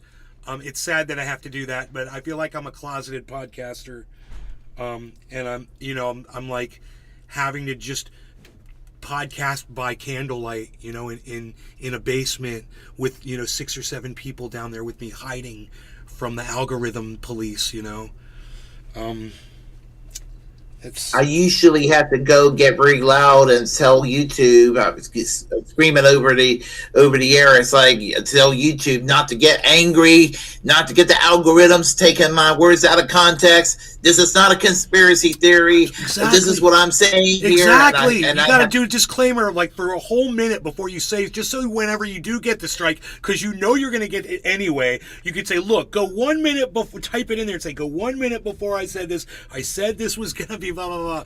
You know, usually they will be nice, but sometimes, man, when you get frustrated or if you write it the wrong way, they'll just totally ignore you, and you'll get the 1 minute review. Oh, we've a human has reviewed this and decided, no, you sent that 1 minute later. That's not true. It's hit or miss with that stuff. But oh man, don't get me started on that. This is interesting because it kind of goes along the next question. How does free speech absolutism affect copyright law when you're playing videos or movies on podcasts and things like that? And people are expecting to get paid for, you know, revenue and whatever. But if it's free speech, can I take somebody else's speech and plagiarize it or use it? How does that work? I guess I can understand where, from a, you know, as a socialist, it's going to sound weird for me saying this. I guess from a profit-based standpoint, I can understand where people are coming from as far as, you know, wanting to protect what they created, what have you, or you know, so I can understand getting permission to use certain types of music or what have you. What I don't understand are like news clips. Like if I take something from CNN or take something from Fox or whatever and play a clip in relation to what I need to discuss, sometimes they'll just take that down. You know, just like, what the hell, you know? I mean, and you know, there's this thing called fair use that we're supposed to, we can kind of use news clippings, but apparently we can't. Now that's a new one for me. News clippings? Like you mean yeah, like well, video clips? Video clips. Yeah. Yeah. I'll tell you what I've found out. Okay. The ones you cannot use are Jon Stewart Apple TV. You cannot use HBO Stephen Colbert. Okay? Nothing from HBO, nothing from HBO Max, nothing from Apple TV. But almost all of the mainstream media you can get clips from, and it won't be a problem. I do this all the time on my show. I'm always testing it because I've got 6 channels on YouTube. So in case one gets a strike, you know, I can go broadcast to the other ones. It's always been like this for me. But for the most part, you want to be careful with like BBC documentary type stuff because sometimes they get a little, they're like, oh, you're using our stuff. We're going to mute our documentary in the middle of your podcast. For instance, they do a really good, there's a BBC documentary on Nazism in Poland and Ukraine in the sporting events. And I showed that. And on some of my channels, everything was fine. On another one of my channels, they said, you can't play this video in these countries and blah, blah, blah. And I was like, okay, well, I left it up on the other channels and the algorithms haven't caught it yet. But it's just, it depends on the content. Generally, and this is the other funny thing. Now, they fixed a lot of this, Willie, actually, which is really good. For instance, it used to be if you played the wrong song, your video would get taken down. You'd get a copyright strike. Well, they changed that now, and I don't know if you know this, but now if you play the wrong song, they give the copyright holder options. They're like preset options. So if someone's using your content, you want to make money off of it, which should just be the default. And well, they finally made that the default. So anybody that is holding copyright will automatically share revenue with you if they do nothing. And that's the way it should be. And if they want to be, oh, you know, it's my material, blah, blah, blah, we don't want you using our material, or we don't like what you said about us or whatever, then there's that option to where they can fully monetize your video, have their content that's in your video muted, or have your whole video taken down. And they give them a lot more control, but it's really, this system works so much better, and it's actually, it's unbelievable that they actually did something and they made it better. But yes, with copyright strikes now on YouTube, you can get away with almost everything. But there are still certain songs like the Eagles stuff you want to be careful with, and there's certain artists, Metallica, and if you play their stuff, you're gonna get a copyright strike instantly. So you have to know what those bands are. It's crazy, man. Yeah. Oh, yes. Yeah. I try not if any music I try playing on my channel, I try to make sure it's royalty free. So and there's like a lot of royalty free stuff you can play up there. So I find something that's generic that I like the sound of, and I'll go. Sometimes it can be like a good background music or whatever. Yes, so. And I play live bands from Orlando that I go out and see, and their music is not copyrighted, and they love that I play their music on my shows. So we'll play shows, an entire evening with a local band, and we'll watch like 6 or 7 songs, while we're doing the podcast, and we don't have to worry about copyright, which is great. But it's an interesting dynamic because, right now copyright law is not jiving with free speech absolutism for sure. There's definitely some problems there. And luckily I've seen them making improvements with how to make it better, instead of, giving all the rights to the copyright holder, which basically they do anyway, but giving them, full, man, I've been punished, man. I've had strikes and my channel taken down, and horrible things happen because somebody was given more power over me, someone was given the power to do it. They don't even know who you are, but yeah, they have the power over us, for sure. And I mean, in a lot of ways, I just miss the Wild West approach toward free speech that used to exist on the internet, and especially in the early days of YouTube. I do too. It was a dangerous place, but it was also a place you could go and say what you wanted to say and not have to worry about persecution or prosecution for it. Everyone used to be anonymous on the internet. Remember those days? I sure did. Yeah, and I mean, sure. I remember. I've had a lot of threats at me. I had a lot of insults. I mean, I've been called everything under the sun. I mean, but it is what it is, Yeah, my favorite is when you get called a right winger and a shit lib in the same day. I've been called. Listen, I have been called everything ideologically, everything that I'm not under the sun. I mean, every ideology that I do not identify with, I have been called that. So, well, that's so. You're willing. You obviously you take the criticism. I'm hearing an echo. I just want to make sure that's not one of my shows, because I've got several feeds going. Now I've got everything muted. Okay, I think there might be a little echo from you, a little playback, but it's cool. Everything's fine. Because you're willing to listen to the criticism, it sounds like. So we were literally just talking about it. So this is my next question, which is perfect segue into this. How willing are you to listen to people you disagree with? To what extent?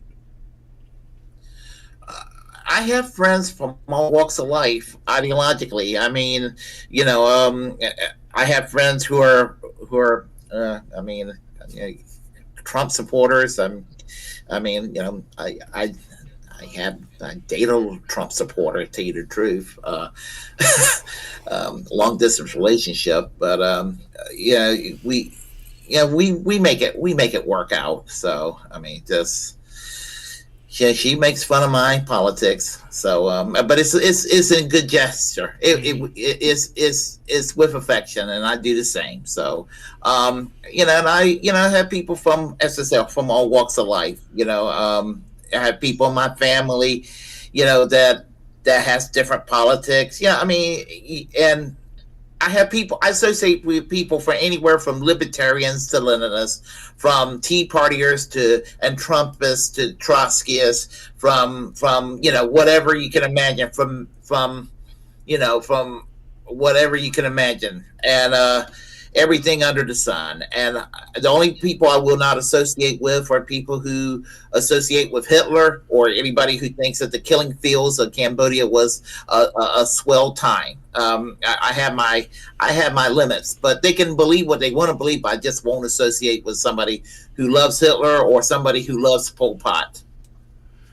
Okay, so I mean, that's a lot. You're willing to listen to just about anything, and that's what free speech absolutism is.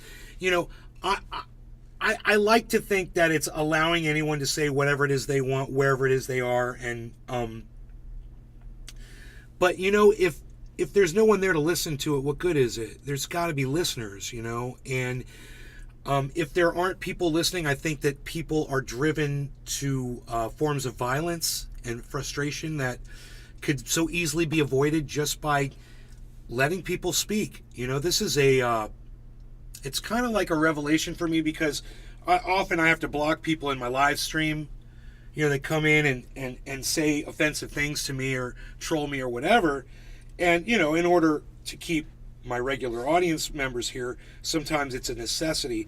But at the same time, I've been much more lenient over the last 2 years. I mean, I actually made a conscious effort.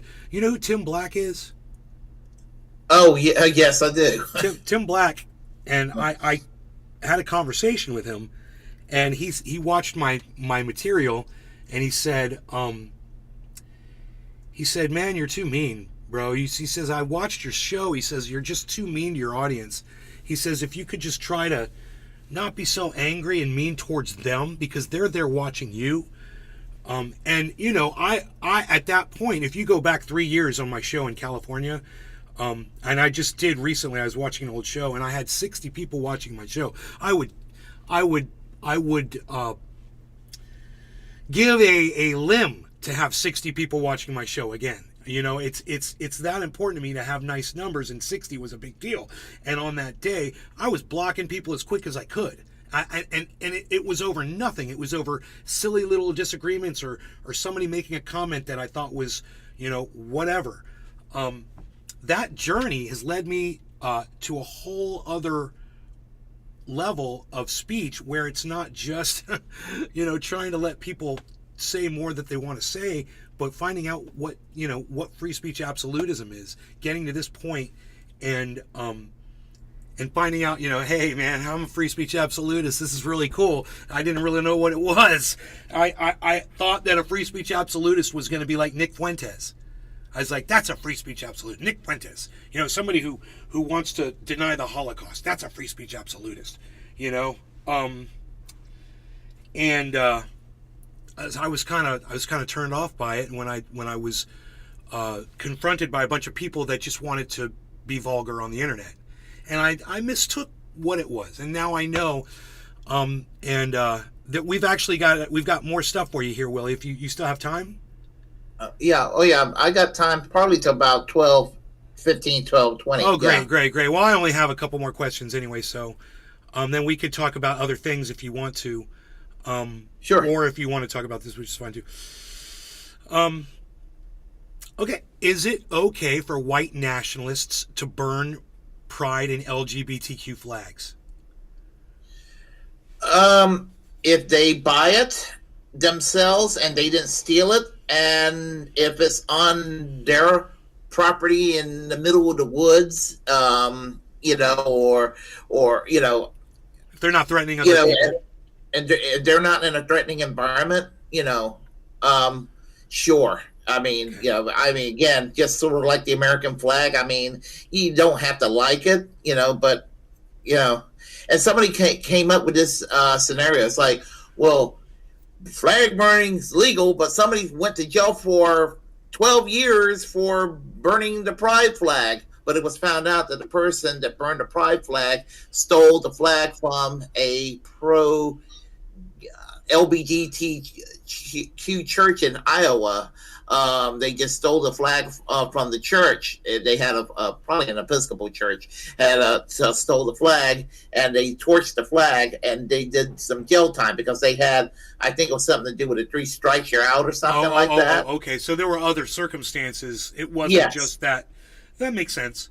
But you know, you want to use something like that for your narrative. This is how people are.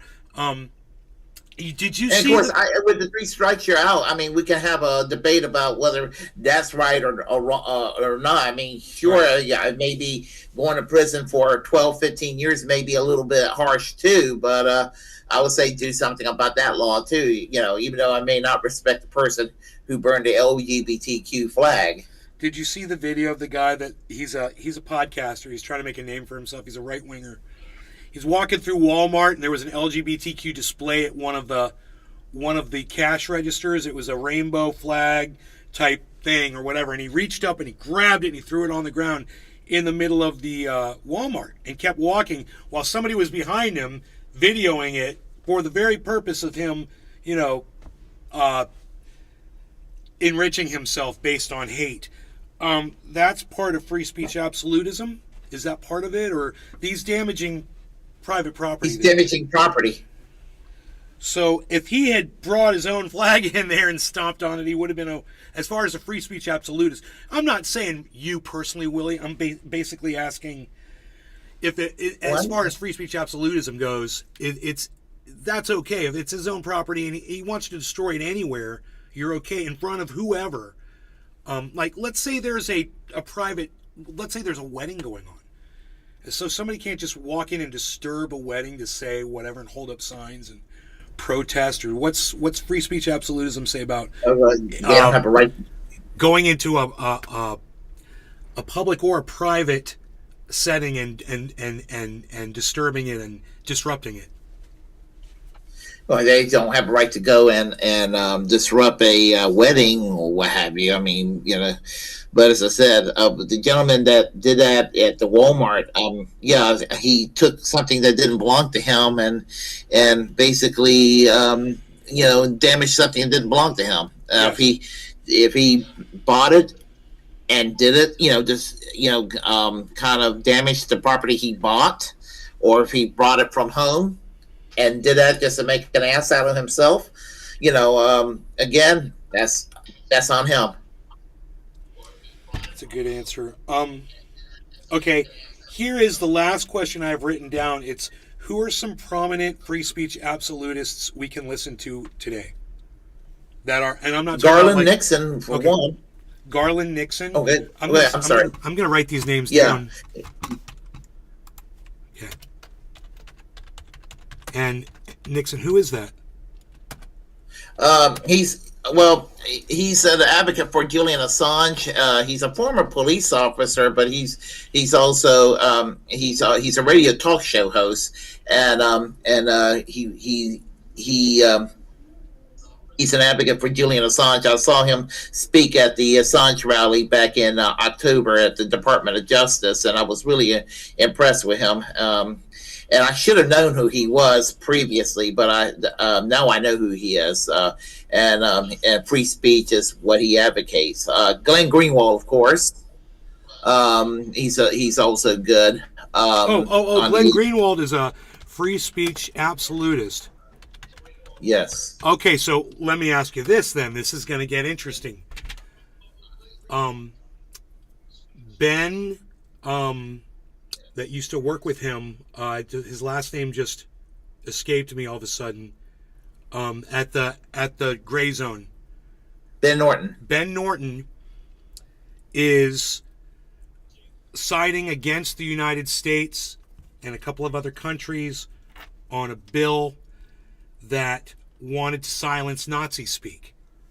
Do you remember? Did you see this with Ben Norton? I did not see that with Ben Norton. About a year to 6 months ago. About a year to 6 months ago. This is a real interesting journey we're about to go on. Okay, so my personal belief. Now, this is before I knew I was a free speech absolutist. you got to let Nazis speak until they say they want to go start hurting people, or they want to do violence, or they want to commit crimes. I said, but just because someone calls himself a Nazi, I was like, if we start with Nazis, we're going to move on to the next group. We're going to move on to the next group. We're going to move on to the next group. So that was my argument. Now, I know how you feel. You've already stated how you feel about Adolf Hitler and all that. So I know where you're at with that. However, I also know where you are with free speech. So Ben Norton is taking the side of the rest of all the world that says we want to ban Nazi speech. We want to ban the way they express themselves. We want to ban the swastika, the flag. There was a bunch of things that they wanted to do. And what America said was, hey, we can't start doing that, because if you start going after them, you're going down a slippery slope. I mean, to me, I'm like, that makes the most sense. But Ben Norton, he wanted to silence the Nazis, and he did this whole thing about why that bill was so important. And I did a thing about Ben Norton, and I went back and forth with Ben Norton, and this is what I said, bro. I said, Ben, I said, if you silence the Nazis, they're going to come for the Jews next.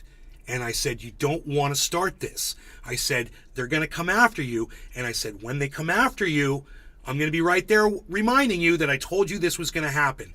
And man, it wasn't 6 months later. Do you remember when he got shut down on YouTube? They shut Ben Norton down? Or it was Twitter or YouTube?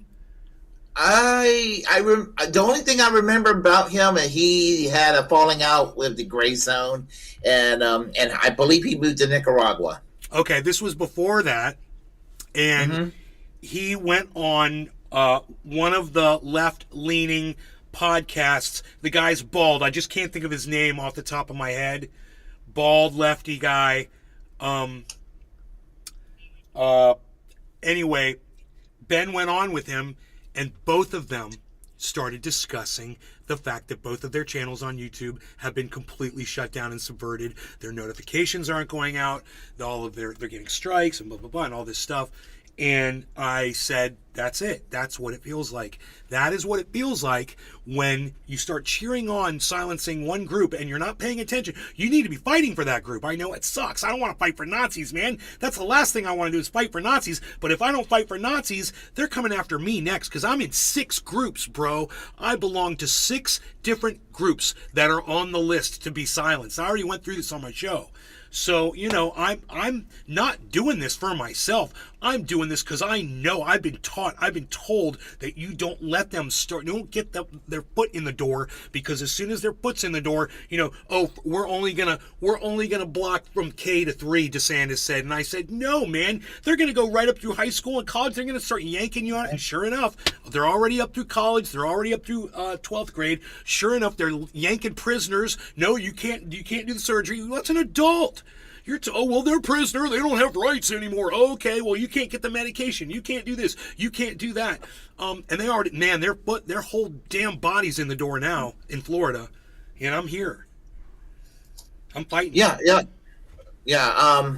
As I said, I didn't know about the. Okay, I didn't know about the whole situation with Ben Norton. It's interesting. Yeah. Yeah. You can go check that out.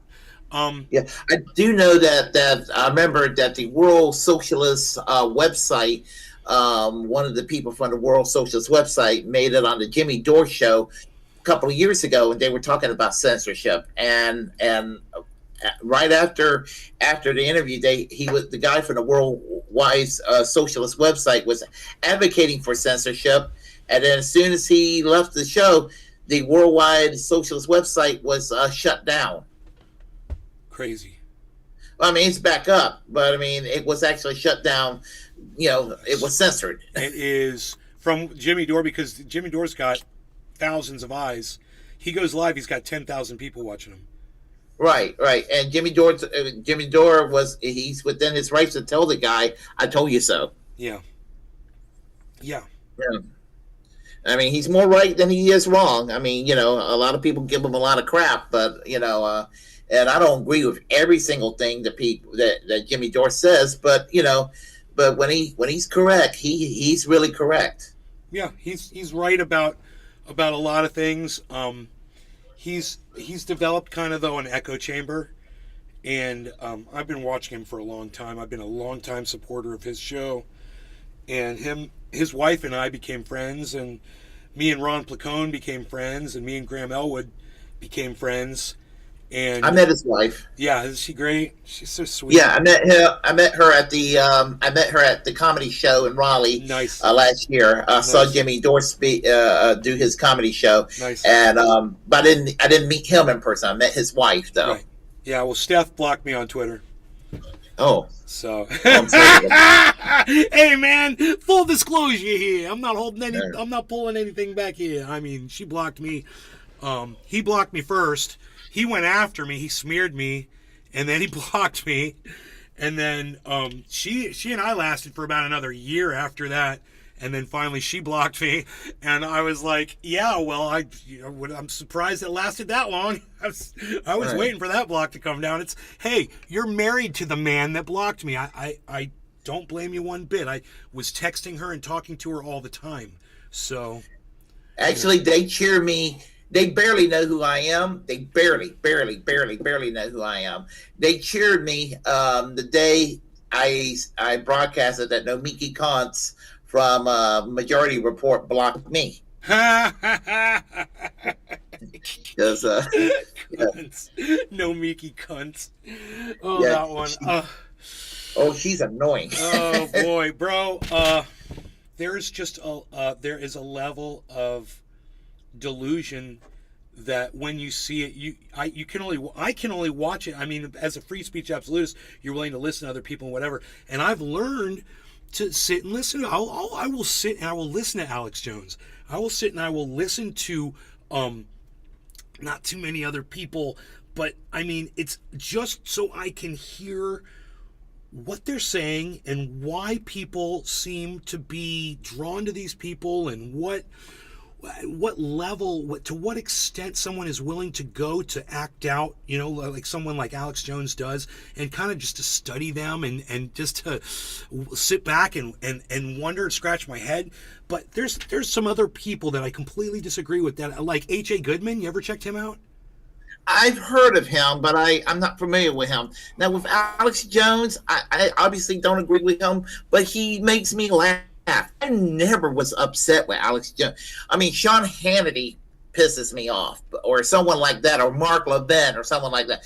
Alex Jones, all I ever did was laugh at the guy, right? Because he's so unhinged, right? That's all I could do. I mean, there's these two new guys. They're a real problem, bro. They're this the guy who spoke at the RNC. Wow, Michael Knowles. Oh God, bro, he's a nightmare. I hate that guy. He's a young Adolf Hitler in training. And then you've got this other guy. He looks just and sounds and talks just like Steven Crowder. He's got a mustache and a beard though. Oh, I know who you're talking about. Yeah. I know who you're talking about. I cannot think of his name. These guys are real problems. These are real problems. Matt Walsh. Yes, Matt Walsh.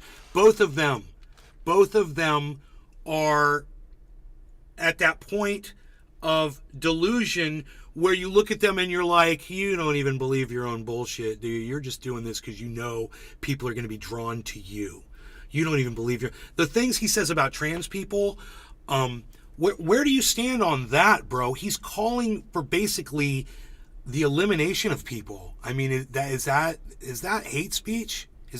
That's out of the realm of free speech? It is definitely hate speech. He says just enough to say, well, I don't mean you murdered. I mean, he'll say that, but he's saying that they don't have a right to express themselves. I think he's giving himself enough wiggle room to say these things, to do a campaign to cancel culture them. I think that's probably what he's trying to imply, but his followers are going to imply it a different way. So that's a kind of a slippery slope. Wow, man. So, where are you with Jackson Hinkle politically? I used to listen to Jackson Hinkle quite a bit when he was more left leaning, but me too. Stop. And here's the thing. I get called a Putin puppet because I oppose the war in Russia and Ukraine. I oppose the U.S. doing this sort of thing. I'm not a Putin apologist. I'm not a Russia apologist. I mean, but I'm no fan of Zelensky either. But every time I started watching it, after a while, it was just too much. All he just did was praise Putin nonstop on the show. I'm just like, I just couldn't take it. Right. And so I kind of stopped watching his show. So I kind of had this little thing for Putin for a little bit until I learned more about him. My buddy's, he lives in Denmark. His name's Cyber Reload. He's usually on the show at nights with me playing video games. Him and I have known each other for years and years and years. And sometimes we have differing political opinions and we share them with each other. And we're great. We could talk like that. And, I'm 75% Russian. So, when this whole thing started, I didn't know that. I didn't know that I was 75% Russian a year ago. I had no idea. I knew that I was 99 it's crazy. I think it's 99.9% Ashkenazi Jew. And I knew that my relatives were coming from Poland, Romania, Czechoslovakia, and Yugoslavia. But what I didn't know was that the majority of all my blood was Russian, because Russia took over some of these countries where, I was thinking I was one thing, but it was actually Russians. It was all Russians. So I found out, throughout the course of this war, my sister and I were talking. She's like, you're 75% Russian. I'm 75% Russian. And Dad is 75% Russian. And Mom has no Russian in her at all. And I was like, are you kidding me? This is crazy. I'm like, so, I guess Mom's got like 25% Russian or whatever it is, but it comes out to 75%. But I was like, so basically America's going after my motherland, and I've got friends that are Russian, and I just kind of got more into it, and I got interested in it. And then, that report came out, man, about what Vladimir Putin was doing to the Jehovah's Witnesses in Russia. And BBC did an expose, bro. I think it was BBC. They did this big report, man. It's like an hour and a half long documentary where they show how they just drag them out of their homes and throw them in prison and beat them, and it's horrible.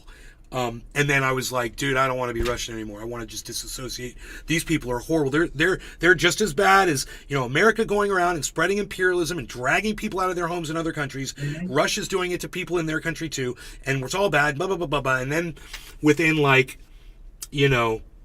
span of the last, I guess I would say the last 3 months or so, seriously, I've kind of just been like, yeah, the war just needs to end. And I liked cheering against America because I freaking hated all of the past, what was going on in Ukraine, and watching Jimmy Dore and understanding, about 2014 and, overthrowing the government. And I know the whole story, and we've covered it on this, and I've showed the documentary about the overthrow of the Ukrainian government, the Russian basically favoring government of Ukraine in 2014, and how they burned people alive, and it was horrible, and then they shelled people in their homes, and we went through all the history of everything.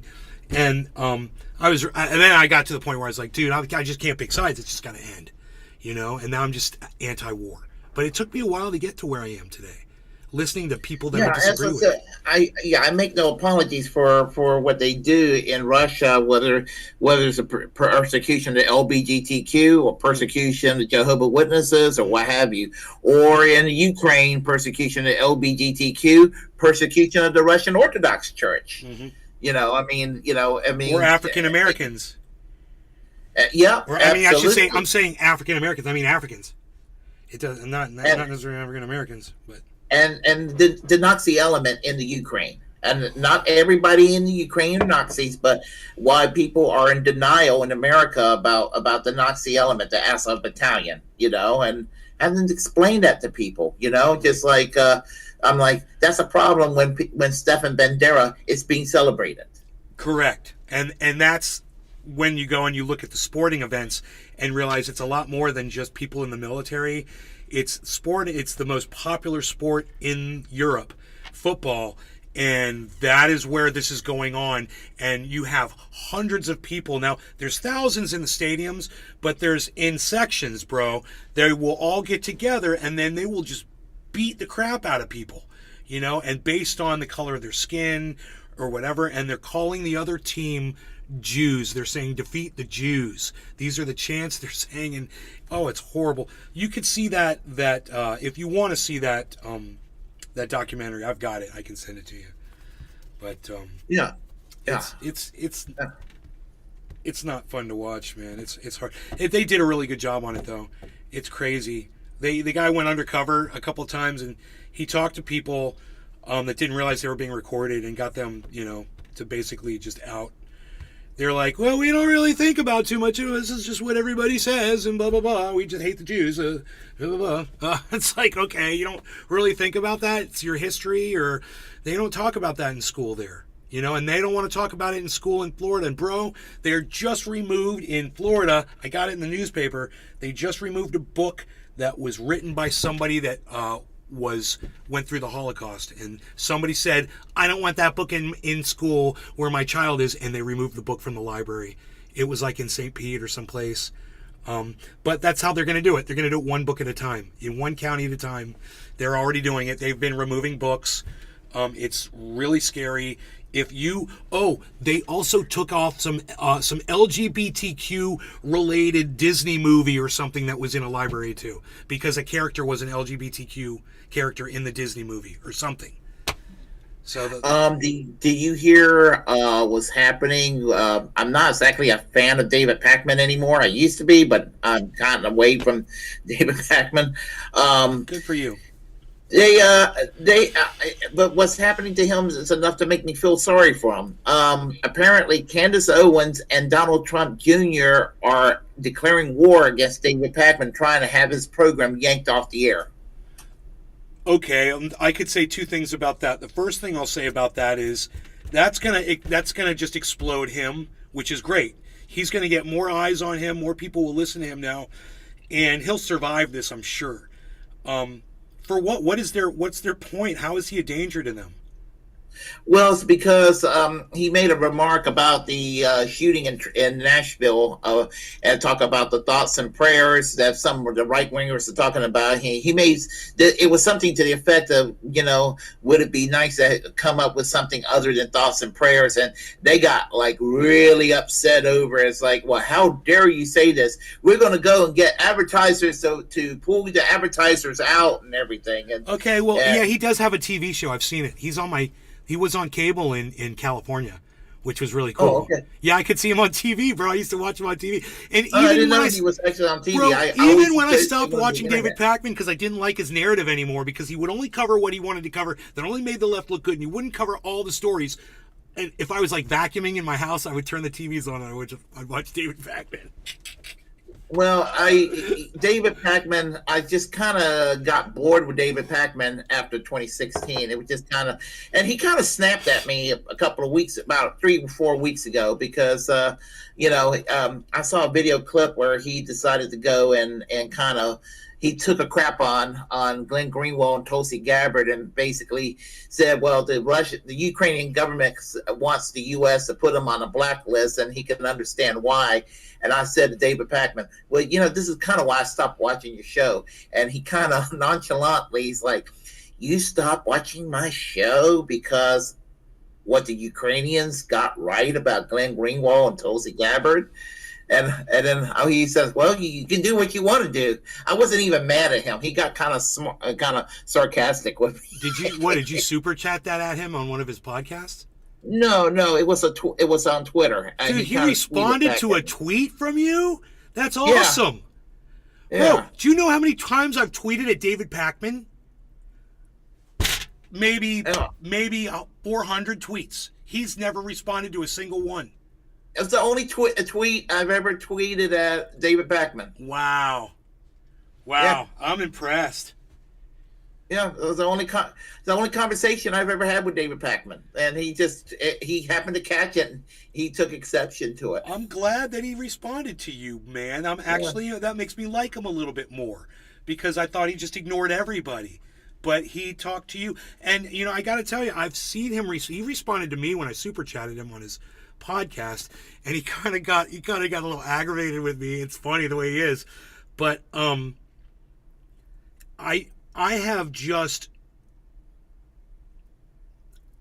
just seen too much cheerleading from him and not enough of his ability to see the whole picture. He's got blinders on, and they're very focused. So that was my biggest problem with David Pakman. I go back and start pulling out tweets, you know, where I tweeted at him. I'm like, I take exception to this, and I disagree with you on this, and blah, blah, blah, blah, blah. But, yeah, Pakman's funny. I thought it was interesting. With Jimmy Dore, my biggest problem with Jimmy Dore is some of the scientists that he has on his show. I want you to check out, do you watch Dore all the time, like if he goes live? I watch him whenever he pops up on the screen. Okay. I watch him fairly often. I mean, I obviously like him. I saw him live. I paid money to see him live. So right. Okay. There was a I forgot what the point was I was going to say. Holy moly. Something about scientists. There is, you know, he has these two guys, but let's just go with John Campbell. John Campbell. He loves John Campbell. You know Dr. John Campbell, the guy that circles and underlines things when he's talking. He's always underlining and check marking next to things. Everything he talks about is COVID, COVID, COVID. It's all COVID. You ever seen that guy on Jimmy Dore? I don't remember. I watch Jimmy Dore way more than you do, bro. Yeah. He's got this guy on all the time. So there's a woman. She's a research scientist, and she's really good. She's got a YouTube channel. It's called Back to the Science. And on a regular basis, she debunks John Campbell because John Campbell is a quack. And he doesn't understand most of the things he talks about. So what she does is she explains it, and she explains it in really basic terms. And, you know, the last upload she did was only 3 minutes long, and it's fantastic. John Campbell had this list, and at the top of the list was COVID and a bunch of other diseases that they were vaccinating for. And he goes, you notice they put COVID at the top of the list. He makes a big deal about it. And she goes, well, if you notice, if you look at the list, it's in alphabetical order. But John Campbell didn't notice that. It is an alphabetized list. This guy misses like basic stuff that a little kid would even know. And Jimmy Dore, you know, treats him like he's some kind of a guru, like, oh, and he always says, you know, all of my peers tell me I'm crazy. No one ever wants to listen to this or that or blah, blah, blah, blah, blah. Campbell says it all the time. And you're like, yeah, there's a reason for that, man, you know. But anyway, if you get a chance, just go to Back to the Science on YouTube. Just go to her channel. She's hilarious. You're going to love her. And just check on some of her debunking of Campbell. And try to get Jimmy Dore to have her on. And he won't. He'll ignore you, and then he'll block you. So don't try. Stay friends with Jimmy Dore. But I'm just telling you, he's not going to have someone like her on. He's not going to have that counterbalance to his narrative. And that's sad, man. That's the reason why I don't watch Jimmy Dore anymore. And, you know, that was the reason why him and I were arguing back and forth about medical stuff, and it was about, you know, myocarditis and what's aspirating and all of that stuff. It was all from John Campbell, and I'm in Florida, and our Surgeon General is Dr. Lopato, but I call him Lobotomy. He's appointed by Ron DeSantis, and he's another whack job, bro. I wouldn't be surprised we see him on Jimmy Dore soon too. He's been making the rounds.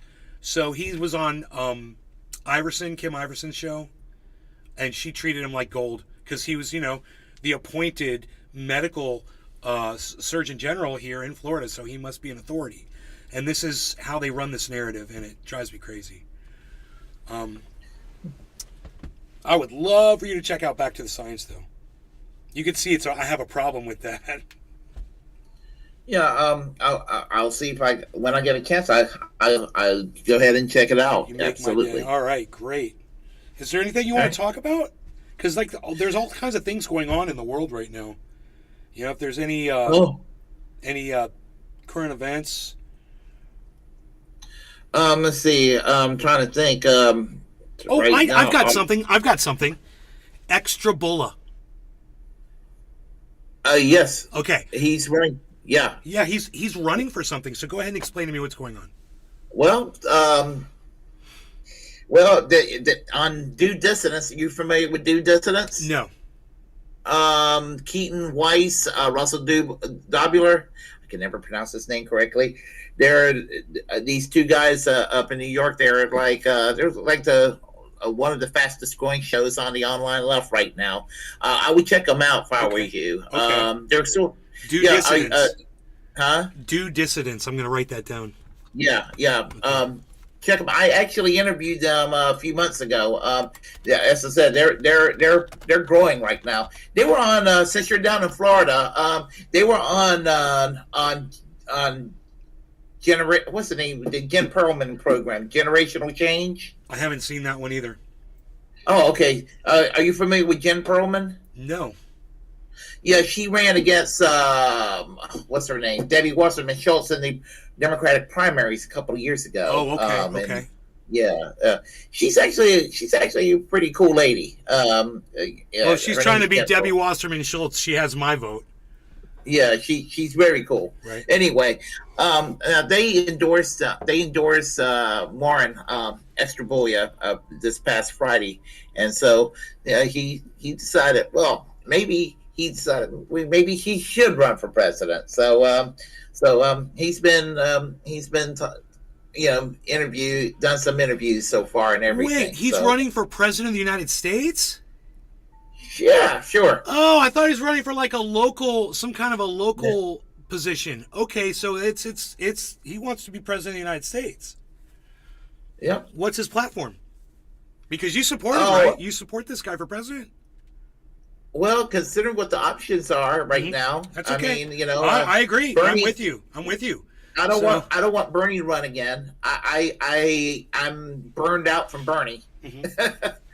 And Jimmy Dore's not going to run. You'd probably Jimmy Dore's not going to run. I don't think he's going to run. I heard his wife doesn't want him to run. That's what I'm hearing. And Marianne Williamson, I have nothing against her, but if Bernie can't make it, she's not going to be able to make it because she's not on point with the policies like he is. Bernie's got his faults, but Bernie's second to none on policies. But he just doesn't have any. He just doesn't have any backbone. That's the problem with Bernie. Right. Correct. He's superior on policy. I'll give him that. But he doesn't have any backbone. But you're right about his policy. It's written perfectly, and then when it comes time to represent that policy, he backs off. And when he could double down, and yeah, you're right. You've got him nailed. I totally agree. I voted for Bernie. I wrote him in. When he wasn't on the ballot, I wrote him in California, and I was very sad to see him, support for just bend over for Debbie Wasserman Schultz and the DNC, and I hated that whole thing. Yeah. I felt like we got beat so bad. Well, Big Mac Crab may be running too. No, he's actually running too. So it's going to be basically Estrabulla and Big Mac Crab competing against each other. So wait, so what is the Bulla platform? Basically, Medicare for all, living wage, free college, getting us out of this war, legalizing drugs, basically the laundry list of things that we are all for that our mainstream politicians are not. Okay, so Bernie Sanders' platform for the most part. Yeah, I always call it Bernie Sanders plus. Okay, and he can still walk, so which is good. Yeah, I don't know how much time Bernie's got left. Yeah. Same thing with Big Man Crab. He's for the same thing. And he's young too? Yeah, he's a little bit younger. That's interesting. So I saw him saying something about 2024, and I didn't know what it was, but now we know. So that's interesting. Don't you support another candidate, or was that it? And right now, that's what as far as the presidency, that's my choice. Is there anything local that you were looking at, or no? Locally, yeah. Well, I don't know where the Green Party is right now on the ballot here in North Carolina and all that. But as far as when it comes to activism, I'm taking a serious look at Workers Strike Back. That's Kshama Sawant's group. Are you familiar with Kshama Sawant? Yes. Yeah. I'm really impressed by what she's doing, and I'm impressed by her approach with Workers Strike Back. Organizing the private and public sector, and that's what it's going to have to take right now. Because the mainstream politicians are not going to. They don't listen to us. Correct. They do not. Yeah. Are really you don't. Are you listening to what Marianne Williamson is saying on Twitter? I peek every now and then, and I follow her, but I don't. I mean, she's a nice lady, and I know that sounds condescending. I mean, she seems all right. I just don't. I just don't. I just don't want to work within the Democratic Party. She's very nice. Let me tell you something. I saw her go on the RBN, Revolutionary Blackout Network. That's good. I like RBN. Yeah, and they kind of ambushed her. They brought Unholy Rome. Yes, I did. Yeah, so he's my buddy, and they kind of brought in some extra people at the end of that interview, and Marianne Williamson was kind of placed. She was kind of pushed up against a wall at the end of that interview. But what I noticed about Marianne Williamson, what I liked about her, was she seemed polite even then when she was in a hostile environment. They were treating her hostilely. And which kind of shocked me. I was like, I understand the questioning completely. I didn't like the attitude towards her, and there was some attitude, and it wasn't necessary, and it could have been done a little bit more professionally, but that's fine. It was an exciting moment, and I think everybody benefited from it. But what I liked about Marianne Williamson during that was not only was that she was polite, and she got to show how she can handle herself when people are being a little hostile to her, but her reaction to stand up for herself and to say, you know what, I've had enough. And she put her foot down, and it didn't matter to me whether she was misunderstanding what was going on the other side of the camera or not. Whatever she perceived, man, her reaction was perfect. It was classy, and you know what, man? I'm not into crystals, bro. What can I say? I don't believe in that there's an energy force that holds us all together and binds us like the Force from Star Wars. I don't subscribe to some of her beliefs, but she's a Medicare for all person, and she's got some of the other ideas that Bernie Sanders had that I also agree with. The biggest thing is if all of us could just get her on the same page as us with what's going on in that war. I don't understand I don't know where she's coming from. It is the weirdest thing. I thought she was with us, and then when it comes to war, she's like, we have to fight Russia. We have to fight Russia. Who are you talking to? Hillary Clinton? I mean, where are you getting this from? I don't understand how she's so progressive and so supportive of the war at the same time. That I don't understand either. Is that the no-go at that point? Is that the one thing that stops you from supporting her? Is there anything else? That's definitely one. That's definitely a strike against her. But I just don't want to go through what I went through with Bernie in 2016, 2020. It's the biggest thing. I mean, I just don't want to go through that again. I just, So, you know, I want to hear our policies being discussed on the big stage, though, and she would be talking about lot what now?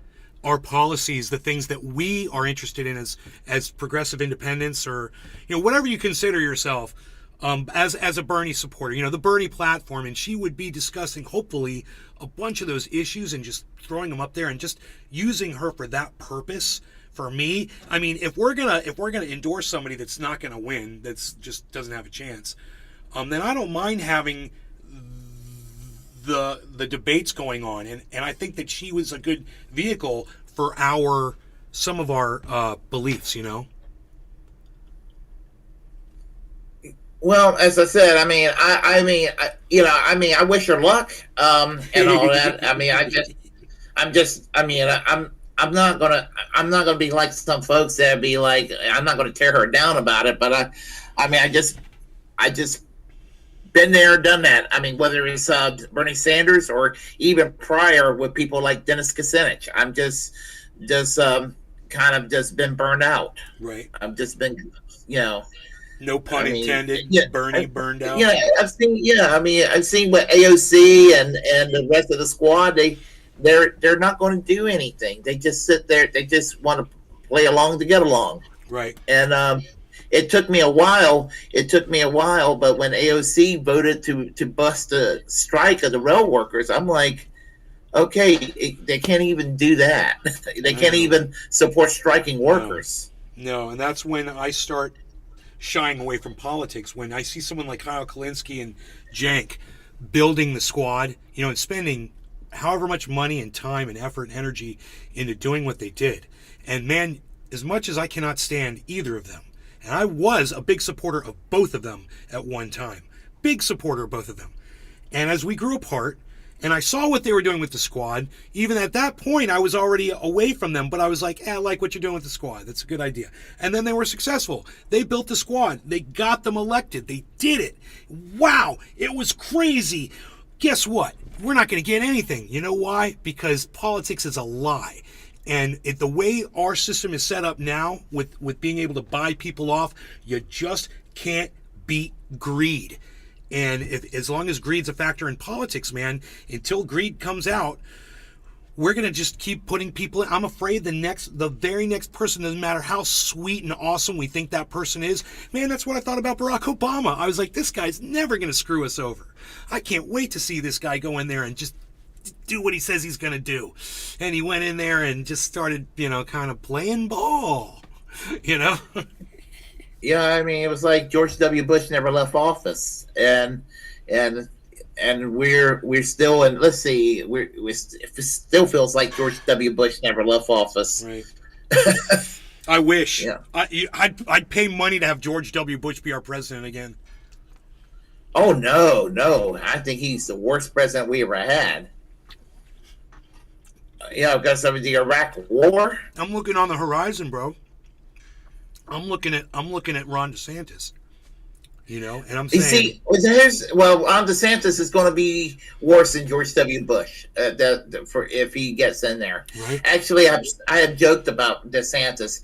I said that Ron DeSantis is basically George W. Bush on policy, and all of Donald Trump's rough edges without the comedy show. Mm-hmm. Yep. Yeah. You got it. You pretty much got it. I mean, you know about the torturing, you know about the gerrymandering, you know about the book burning, you know about the Disney, you know about, and the list keeps going and going and going and going and going and going, and there's so many things. At some point, my Republican friends that support Ron DeSantis, because I live here in Florida, I grew up here, so when I talk to my friends that support Ron DeSantis, they refer to him as Ronnie, good old Ronnie. They love this guy, and when you're looking at that level of differences between the people that you grew up with, it makes you just want to walk away, man. I just want to walk away from politics. These are my friends, man. I don't want to fight my friends. It's like, I get it. I totally get why they feel like the way they feel, even though I didn't come to the same conclusions that they did, and I wish I could convince them, but at this point in our lives, we're in our 50s, nobody wants to change, man. So having a conversation with someone like you, it's nice. It's really nice to be able to express the frustration and like someone my mother is seeing, you know, and my mom is a Democrat, bro. She's a hardcore Democrat, but even she can see the hypocrisy behind everything we're being faced with politically today. Today I saw Pete Buttigieg on CNN, and Don Lemon asked him a direct question, and Pete Buttigieg looked right in the camera and didn't answer it. I mean, he just gave some kind of and I'm waiting for the answer to come out. What are we going to do about these derailments? And what he said is the reason we've cut down on derailments, that's how he started the sentence. And that's the way he finished it. And I was like, and Don Lemon let him say it. We are not going to change things with the way we're doing it now. My whole thing is to revert back to like Ron. Do you watch Ron Placone? Yes, I do occasionally. Great. Check him out more. I would say check out Ron Placone as much as possible. Is going back to localized farmers markets and local governments and locally enriching each other and not so much worried about what's going on outside of your general region, so that we can survive without the supports of the government eventually when the government goes down or whatever the reasoning is. This is what I've been looking at for a long time, is living off grid and sustaining myself and being able to survive and not relying on politics and the government to take care of me, because at some point that's all going to go away. My mom's like, well, it's not going to go away while I'm still here. And I'm like, have you been looking at how quick fascism is taking over in Florida? How long are the people going to be able to take it for? When is it all going to collapse? I don't know. But I'm not taking chances. I mean, I'm tell you one thing. I am absolutely frightened by the prospects of this man becoming president, because I don't think that Donald Trump is going to be the nominee. Everybody think it's a foregone conclusion. Oh, if Donald Trump is going to be the nominee, he's going to just run right over this guy. No. And hopefully neither will Ron DeSantis be the nominee. Hopefully they will both be damaged goods. They will be slinging so much mud at each other. I at least in the next year, I'm going to be entertained. I'll have a lot of content on Twitter when Donald Trump's able to start talking his smack on Twitter, and him and DeSantis are insulting each other. This is going to be fun watching that. Nikki Haley might step up, and take over. Oh gosh, Nikki Haley, yeah, like she's basically she looks like Tulsi Gabbard, but her foreign policies, just like John Bolton. She's a war hawk. Yeah. Well, I mean, Tulsi talks peace now, but she went to war herself. That was always my problem with Tulsi. She's not perfect. She's not perfect. She's got but I used to like Tulsi. In fact, I wanted Tulsi to be Bernie's running mate years ago. I wanted to, but they did Tulsi dirty, and I think it's why the Tulsi kind of went in a bad direction. Right. Yeah. And I saw it coming. I've been calling Tulsi a Republican for years. Yeah. Well, I think that when Hillary Clinton started calling her a Russian asset and everything, I think that I think that might, I think that they just kind of pushed her in a direction where she started to get a little bit of love and affection, and now she ends up substituting for Tucker Carlson on Fox News, and they really lost somebody that could have been I think that the left should have work a little harder to try to defend Tulsi and to kind of keep her away from turning to the right. So, but that's just me, But anyway, I do need to do something. I have another stream I have to do in a little bit. So, thank you so much. Yeah, I'll love to come on back, and if you ever want to come on my show, feel free, and we'll make it a regular thing. The invitation is set. Thank you so much, Willie. Take care, brother. All right, thank you. Okay. Okay. All right. Bye-bye. Bye. All right, everybody, thank you for tuning in. I hope you had fun and enjoyed it. Willie Bragg TV on YouTube, guys. Bye.